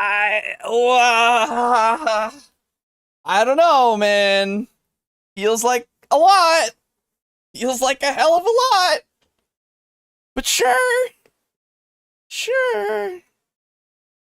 Tracker with random goodness, and I'll edit in me filling the tracker in post. Which leaves one item left, the very rare one. And for this, I like the idea of something to help travel that the whole party can get use out of, such as an amulet of the plains or a carpet of flying or something like that. Or maybe something that adds clarity, such as a crystal ball or rod of alertness. But this one is a hard one. Certainly just looking at the DMG, there's not a ton of very rare items that are useful for the whole group. And when faced with this dilemma of what's one very rare item to give out, well, you can just homebrew one yourself, of course, or truly randomize it. But if you do that, make sure this is one of the last items you give out in this level section, so that you can start giving even more very rare items out straight away next level to help return balance to the party. I also think for this tracking sheet, there is something to be said for choosing items in the game that you could maybe have props for in real life, like this deck of many things, or this relic dice roller, just because more immersive items like these make for a much more memorable session. And I also think, and do this rarely by the way, but throwing in a cursed item every now and then is all part of the fun. Yes, okay, thank you. That is also something that you should do. Especially when D&D 5e has absolutely neutered the threat of cursed weapons. Yes. DMs can throw one in every now and then as a little bit of a troll. Yeah, exactly. I just like the idea of making these cursed things that require you to do something that in order to break the curse. You know, just do something specific. It's not, yeah, sure, you've got fucking remove curse. Wow, amazing. No, make it so that it's something that it can't be removed by remove curse, you know? Yeah, or have it be like, for so long as this item is cursed, it gains these benefits. Yeah. Yeah. So then, like, they're then motivated to not break the curse, and will in fact actively fight against you for trying to break the curse. Yes! That would be great. Ooh, hey! Most of that was just to hand wave the inventory and travel management stuff that people tend to ignore anyway. Oh, for the other items in the beginning, yeah, it seems that way. Which, sure, if that's what you want to do, absolutely. I don't see a problem with that, for sure. Too many things, by the way. Maybe save it for later levels, because it does have a tendency to derail the campaign, and that's not as much of a problem. Levels 15 plus compared to levels... Yeah, because you're not going to be playing at that point, so... it's fine. Also, before we... sorry, go on. No, I was just saying it's fine if that happens, because you're not playing at that point. I was gonna say that before we get too far away from it, this kind of reminds me of I saw like a Tumblr post, and it was like I used to never understand D&D cursed items because like just drop the item. But then I have this little box in my pocket that gives me psychic damage for 7 hours a day. And I would be distraught without it. Yes. Exactly. 5, which brings us to level 11 to 16. So let's talk about those higher levels. It is worth bearing in mind that most tables never make it past level 10. So people may not realize this, but giving out magic items at these levels is hard. For levels 11 to 16, your players can already do a lot. They don't want for anything, except the coolest or weirdest of items. But it should be said, these are also the levels where you want to balance for fun. Seeing how your players play, you have probably realized at this point that 3 out of 4 of the players can fly, and it's a bummer for the 4th person, so maybe give them a way to fly. 2 out of the 4 players maybe have familiars, and you detect some friendly jealousy from the other players, so give them items that can store a pet, or summon one. It's also time to upgrade everyone's armor, and nearer level 16, upgrade their weapons again. Also, let's roll on these common and uncommon tables from earlier to slam those out the way. Quite simply, none of your players will care that much about these items at this level anyway. You also will probably want to give your party something to help them get around the world. Whether that is a ship, an airship, some kind of access to teleportation, it's certainly what I would do to help keep things moving at a faster pace, and getting an airship to use is just cool. While you won't find items like this on a character sheet or in the DMG, the fact that the players have access to it does in my mind mean we need to tick off 1 or 2 very rare or even legendary items on this list. You can let me know in the comments if you disagree with this, but I do believe that having access to resources that kind of do similar things to just having an insane magic item, like being able to fly across the world in an airship, is equivalent to just having a magic item that could do it. And then for the final few items we still have left, it's time to make some more random tables, but this time for rare, very rare, and legendary items. And you need to be more specific with these tables, because giving out... I just want to also, again, point to the having personalized magic items and all that stuff would take more time, but going through and making sure that you have made random item tables that would work for your campaign would not take as much time. Yeah, the sheer potential of random magic items for like the ability to break campaigns is staggering. Yeah. So, I mean, sure, man. Let's do it. I still, like, but regardless, with this fucking checklist, I'm just like, man, it really, really feels like we have too many, you know?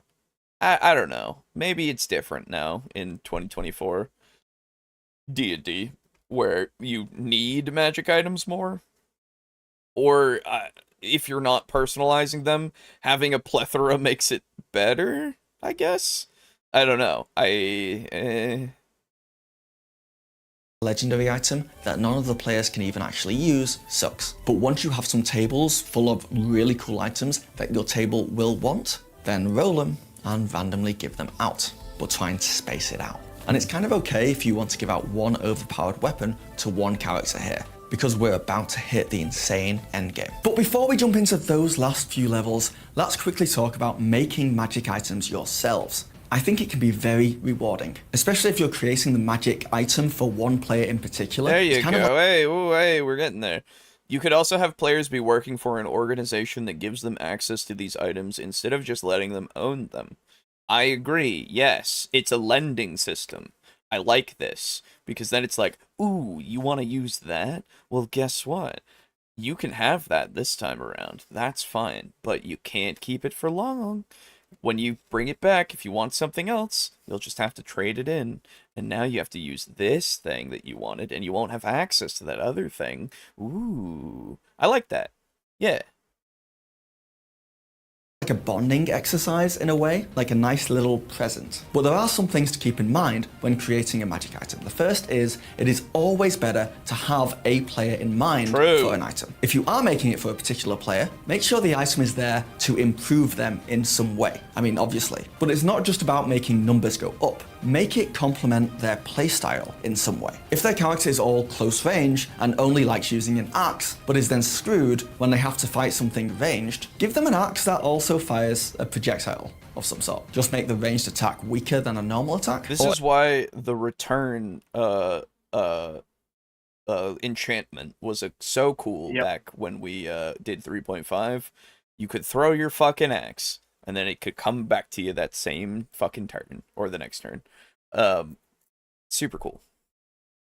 Transformers RPG uses a requisition system where you get temporary items with each mission arc. That's sick. I like that. Hell yeah. See, it's stuff like that where it's like, it's your axe throwing routine has boomeranged on us. Yes, exactly.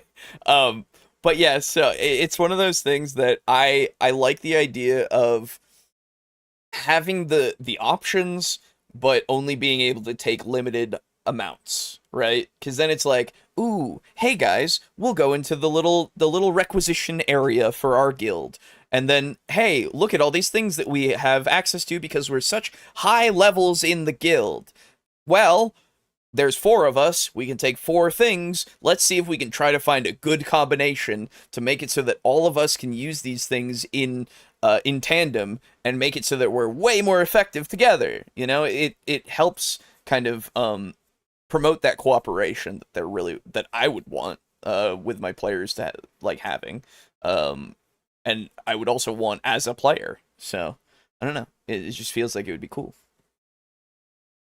If you have a player character who always goes unconscious in a party first, then you give that guy a magic item that allows them, I don't know, the ability to block attacks or something, just so they can stay in the fight longer. Increasing the enjoyment of the game for all the players should be your #1 priority. However, that does not mean you cannot have a little bit of fun with it. Some considerations for making these items more fun, even challenging, if you did want to go that route, you could make an item cursed or sentient. And this can add to the narrative and plot of your game, because then the character may seek to break the curse, or may just want to learn more about the magic item, and this quest could lead them to other plot points, or to other NPCs, or to other environments in your world. In the same vein, you could add a backstory to the item. Maybe someone else is seeking it and will do anything to get it. Yeah. A well-made magic item is not just about fun and utility though.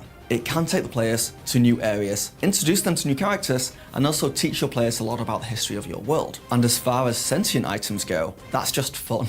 You can really throw a spanner into the entire party by adding like a talking NPC that's always there. Like, I always liked the idea of a sentient healing staff that hated healing people. However, it's important to remember that NPCs, even ones that are weapons, are taxing to run, and it's more work for the DM if you have a new NPC that's always with the party at all times. As for actually creating an item, reskinning an already existing one is the easiest route to go by far. This could be a simple reflavor of something else, like turning a broom of flying into a surfboard of flying. You don't need to change anything in that stat block. It's just now a surfboard, not a broom. Or you can slightly change what an item does. For example, taking a broom of flying and making it a broom of water, where if sat on a broom, you can move through water at great speeds, as well as being able to breathe underwater. I'm not sure why you would do that, but it's an example of taking a magic item and simply reskinning it to a different item. This is an okay video. Yeah. I like, as a note, his note about like the items where there can just be like a little bit of silliness with it. Like it's a broom that allows you to fly through water. Fuck it. Kind of reminds me of Morrowind, where like you have boots of jumping that like set your agility score to like super high, so you can jump super high in the air, but then it wears off by the time you land, so you fall to your death. Exactly. Yes, it is good. It's good for that kind of stuff. I love turning things into things other than chests into mimics. Tapestry mimic, horse trough mimic, bed mimic. Yes, mimics need to be used in different ways than chests. Absolutely. I love anything else that's a mimic because it's just like, oh fuck. Oh, it can be very fun. That does not change its rarity. Slightly changing stuff is less likely to break the game. It's also worth thinking about attunement. Usually only the most powerful items require attunement to stop players from getting the benefits of too many of them at the same time. But attunement has some other benefits that are worth thinking about. For example, it limits the ability for players to pass an item around so everyone can gain its effects or benefits. It also just means an individual character can get more attached to the particular item. And you can also use attunement as hooks to get your players to go to places and do things. For example, you can give out a magic item that a player can not attune to until it is submerged in the ocean of the west coast of your magical land. And you may have other surprises planned for them in the west coast. So it could be a really good way of getting people to go there. I think the best thing you can do when creating a magic item though is to make it with your players. Get feedback from them, find out what they want. You don't have to give them all the information and it can still be a surprise, but finding out what they want for their characters and what magic items they would like to see will go a long way in helping you make the best thing for them. But if you tailor the experience, it takes too much time. Wait a minute, wait. No, but you should do this. This is good. I like that. Yeah, let's force the sentient healing staff that doesn't like healing people to heal people. We're the good guys. True. Exactly. Hello, Timothy. Good to see you. And if you are worried about making magic items that may be too powerful or too weak for your games, and you're worried about it affecting the player's enjoyment, but you do want to make some items, then you can try making some one-time use items, or items that the players have to return or will lose in some way. Or you can do what I did when I first made an item that made one of my players extremely overpowered. Like, they were fine, then they leveled up, and with the level up and the item, they were just insane. I just asked this player if we could nerf it. I was like, this is too powerful, can I make it weaker, please? And the player was on board. Alright, the video has become very good to me now. He's talking about all of the things that I would say. Open and honest communication between DM and player is critical. Exactly. It should always be encouraged. It is so nice to see a video that, like, also has this as, like, how to put this? You should have that as a founding principle of your table. Like, and that should just be there. That communication should just have always been there. Exactly. Please share this video around. Even though he said that it takes way more time and it's the worst side to personalize each and every item to your to your players. That's the weird thing. But mostly this is good.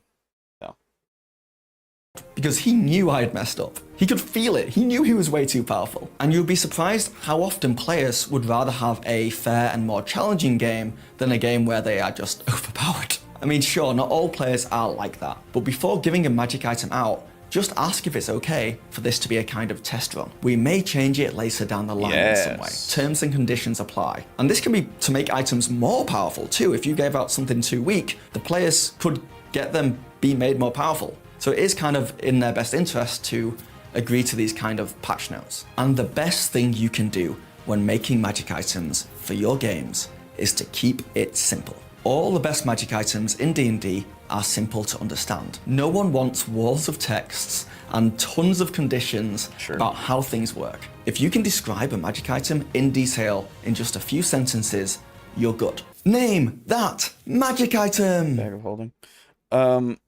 The first 3 fireballs are free, but after that you have to pay a monthly subscription. Yes, there you go. Starts consuming your gold. Alejo. Yeah.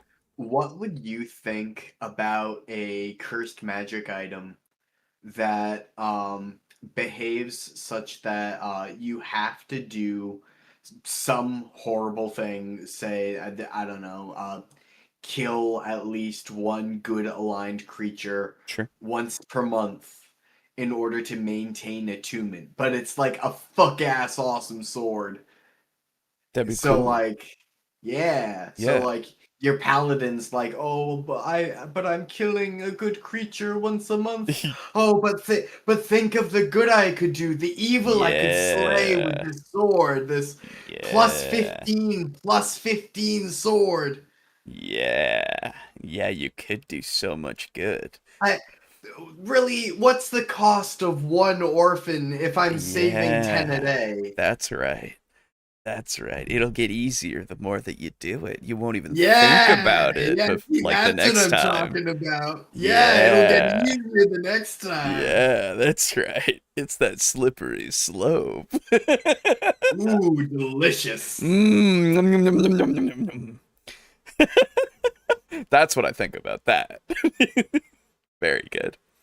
What was the cleric video about? Very little. It's like fine for a new person, but it was like we watched like the first few minutes and then it was like, okay. Kind of got everything we needed to get out of it, unfortunately. It's the Bag of Devouring, you idiot. Sorry, I didn't mean idiot. Please subscribe to the channel. Levels 17 to 20. The good news is, at these levels, nothing really matters. All the course correcting, tweaking, and balancing you've been doing up to this point is out the window. At these levels, your characters can get 9 legendary items, so just try to make sure you give them out equally. Obviously, no player should have a lot more legendary items than any other player, and if there are any legendary or very rare items that stand out to you as a DM that you know would suit a player character, now's the time to make sure they get it. Apart from that, for the other items, randomize it. Your players are going to be overflowing with items at this point. At this point, why just give them the legendary items and that's it? You don't need to give them anything else. They're done. You're there, man. Like, I'm sorry. Look at all of the things I have to figure out when to give. I have to give 5 of these. I have to give 11 of these. Like, I have to figure out and plan to give all of these items. When I could just, like, figure it out beforehand, figure out these, like, specific things, and maybe even just, like, buff those things throughout the campaign. You know, make them have the ability to enhance those items throughout the campaign that I've made specifically for them. You know? Like, I'm fine with putting, you know, give them some really good healing potions and all that kind of stuff. That kind of counts towards it. But, like, and, like, travel things and all that kind of stuff. Yeah, for sure. But, like, we don't need to go through all of that shit, you know? It's just too much. It's just so much. Their character sheets are going to look like my unplayed video game list on Steam. The only thing That's true. It's not like we're gonna run out of unicorns. Yeah, that's right. Yeah, you just gotta kill a good creature every month. They'll keep being there. They're fey creatures. They'll come back, I'm sure. You'll be strong enough to set up a whole ass unicorn farm. Yeah. Yeah. And you know what? You know what you can do with those dead unicorns? You could probably do something with those. They'll be all right. You just gotta figure it out. I will say is that if you are planning to end the campaign at level 20, or after a few sessions of being level 20, then try and get most of the magic items in players' hands at level 17 and 18 and early level 19, just so it gives them the most time to play around with them before the campaign abruptly ends. Also, hit the like button on this video before it abruptly ends. Good bit. Okay. Well, what do you think about those videos, Alejo? I think that video was good. I liked that video. Yeah. The one before it with the don't give your players these items seems way more restrictive, and I don't think that it necessarily applies. It's just one of those things of if you give out something, just know that you gave that out, so you should take account, like, it into account that it exists now in their hands. And if they use it in a way that's creative and completely bypasses stuff, sure, you can be a little annoyed, but, like, I wouldn't be personally. I'd just be like, yeah, hell yeah, dude. You beat it. That's awesome. Like, you used the item in a way. That's cool. And for the cleric video, it was definitely a video that we watched some of. That is my assessment. Yeah, I would say I agree with your assessment, sir. That sounds good. The first video seemed to just be sort of an intro into, like, what is a cleric, which is, like, neat, but, like, I don't know if it necessarily is, like, oh, people are playing clerics wrong. Yeah.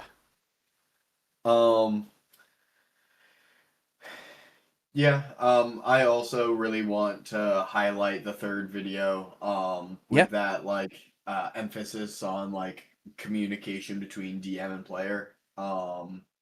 That's some good shit. We always love to see it. You love to see it. That's, again, the 5 tiers of handing out D&D items. That's bonus reaction. I think he changed his channel name from bonus action to bonus reaction. So, look into that video. Share that around. It'll be in the description, of course. Share that video around, because it's very good to have as something that should be looked at a lot more, I think. Even if the guy is quitting. Except he's not. So, it's fine. But, yeah. Okay. Well, I guess that I will, of course, extend the invitation to my lovely friend here, to see if he would like to leave me alone. That's up to you, man, if you need to.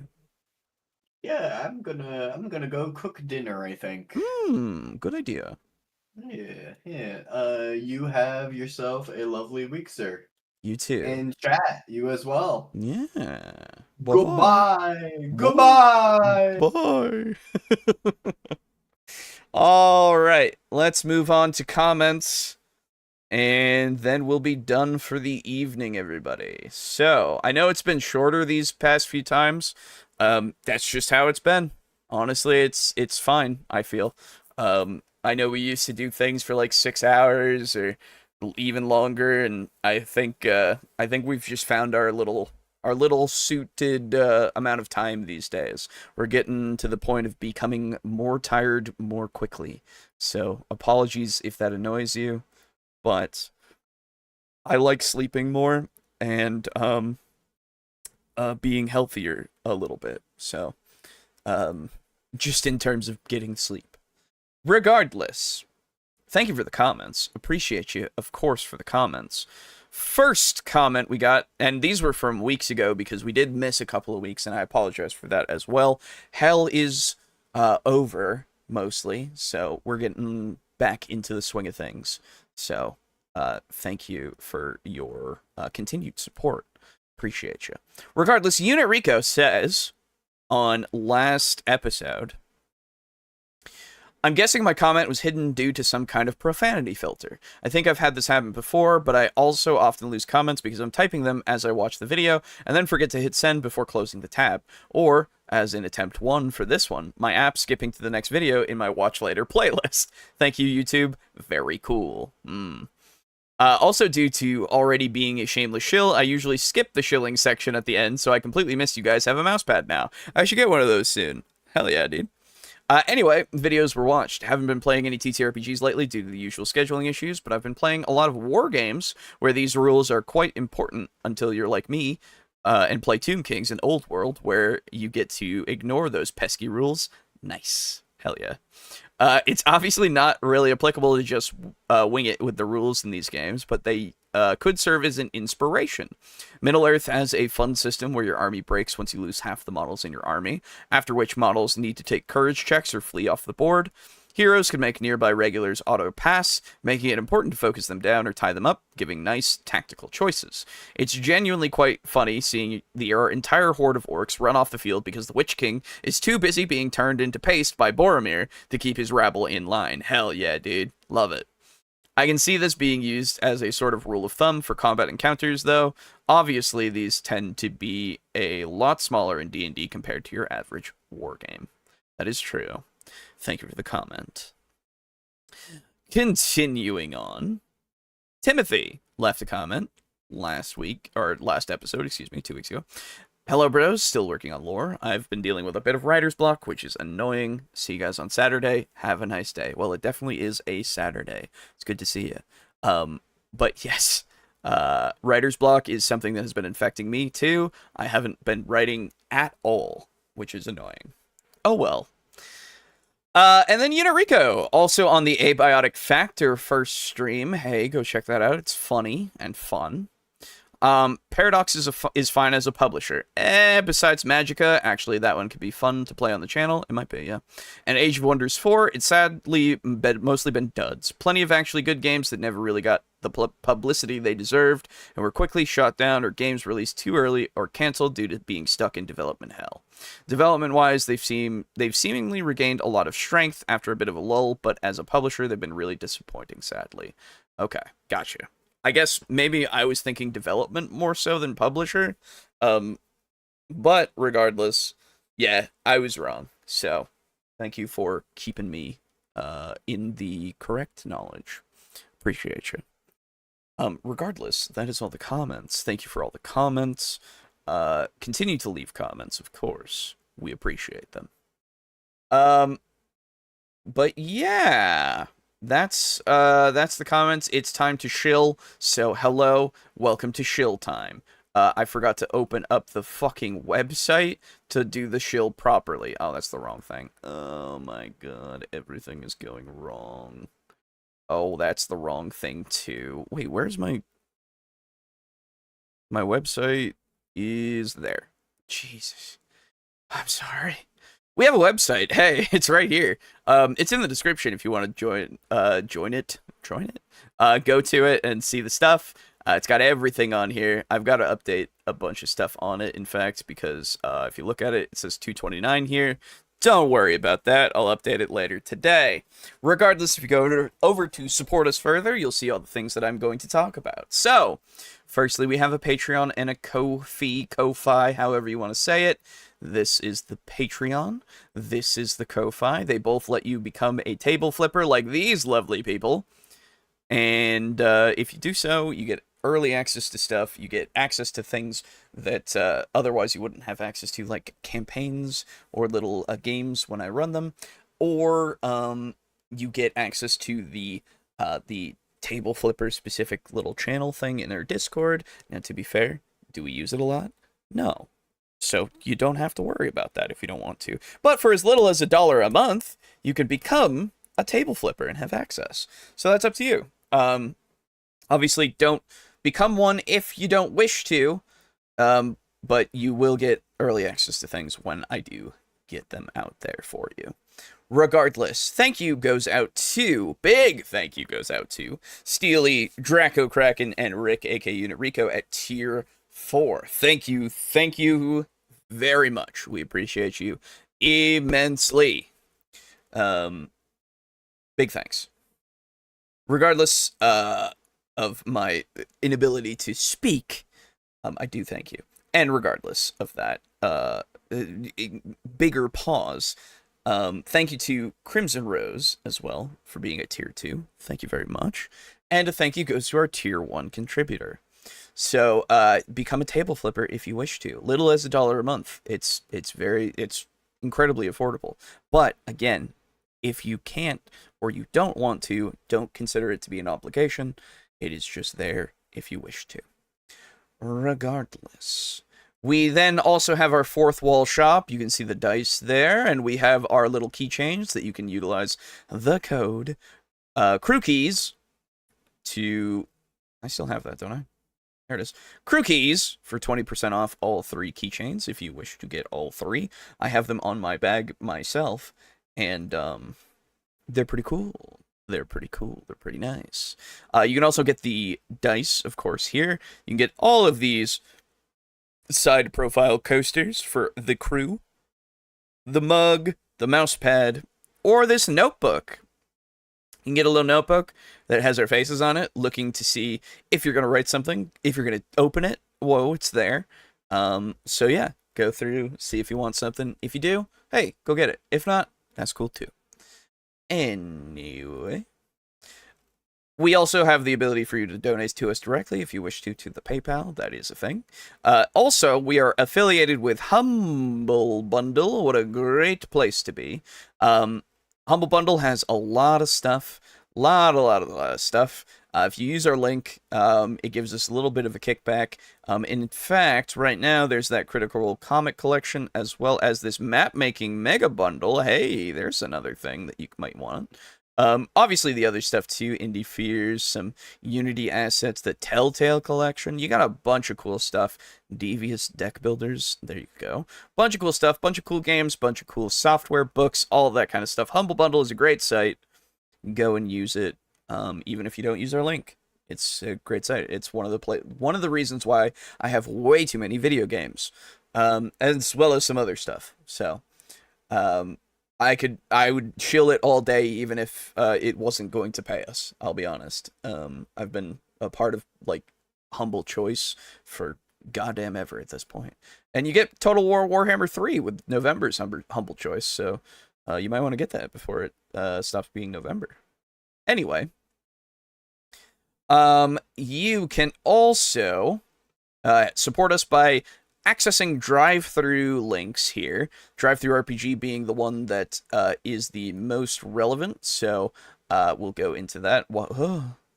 There it goes. Drive-through RPG has a lot of RPG stuff on it, both official and user-created, so go through it using the link in our description, and anything you buy within 15 days of clicking that link or using that link in any way will get you to give us a little bit of a kickback. Bunch of cool stuff on here, honestly. Like, it's like having the ability to get a bunch of PDFs and stuff that you might want for pretty cheap, honestly, is great. So, drive through. And comics and fiction and cards, those are pretty self-explanatory. You can get all the stuff through those too. But regardless, that's everything. That's it. Can't wait to watch the VOD on Monday. Yeah, appreciate you, of course. If you're watching at this point, I thank you very, very much. Obviously, like the VOD when it comes out. If you would, if you're new and you're at this point, hey, maybe consider subscribing to the channel. Be pretty cool. And keep watching and sharing the videos around and all that kind of stuff. If you think there's somebody out there that might enjoy them. Obviously, not everybody thinks that this is their cup of tea, which is fine. That's absolutely fair. I appreciate the community that we've got. We have a lot of cool people. We appreciate you immensely. Regardless of that, thank you very much once again for coming by. Appreciate you. And we'll see you next week. Oh, for those of you who are in the States, happy Thanksgiving. It'll be Thanksgiving before we get through to the next podcast. So happy Thanksgiving to those of you who celebrate. And if you don't, well, I hope you have a good Thursday and Friday at the end of the week here. Regardless. I've said regardless way too much, and I apologize. Anyway, I'm going to go. I'll see you all next week. Bye-bye. Goodbye.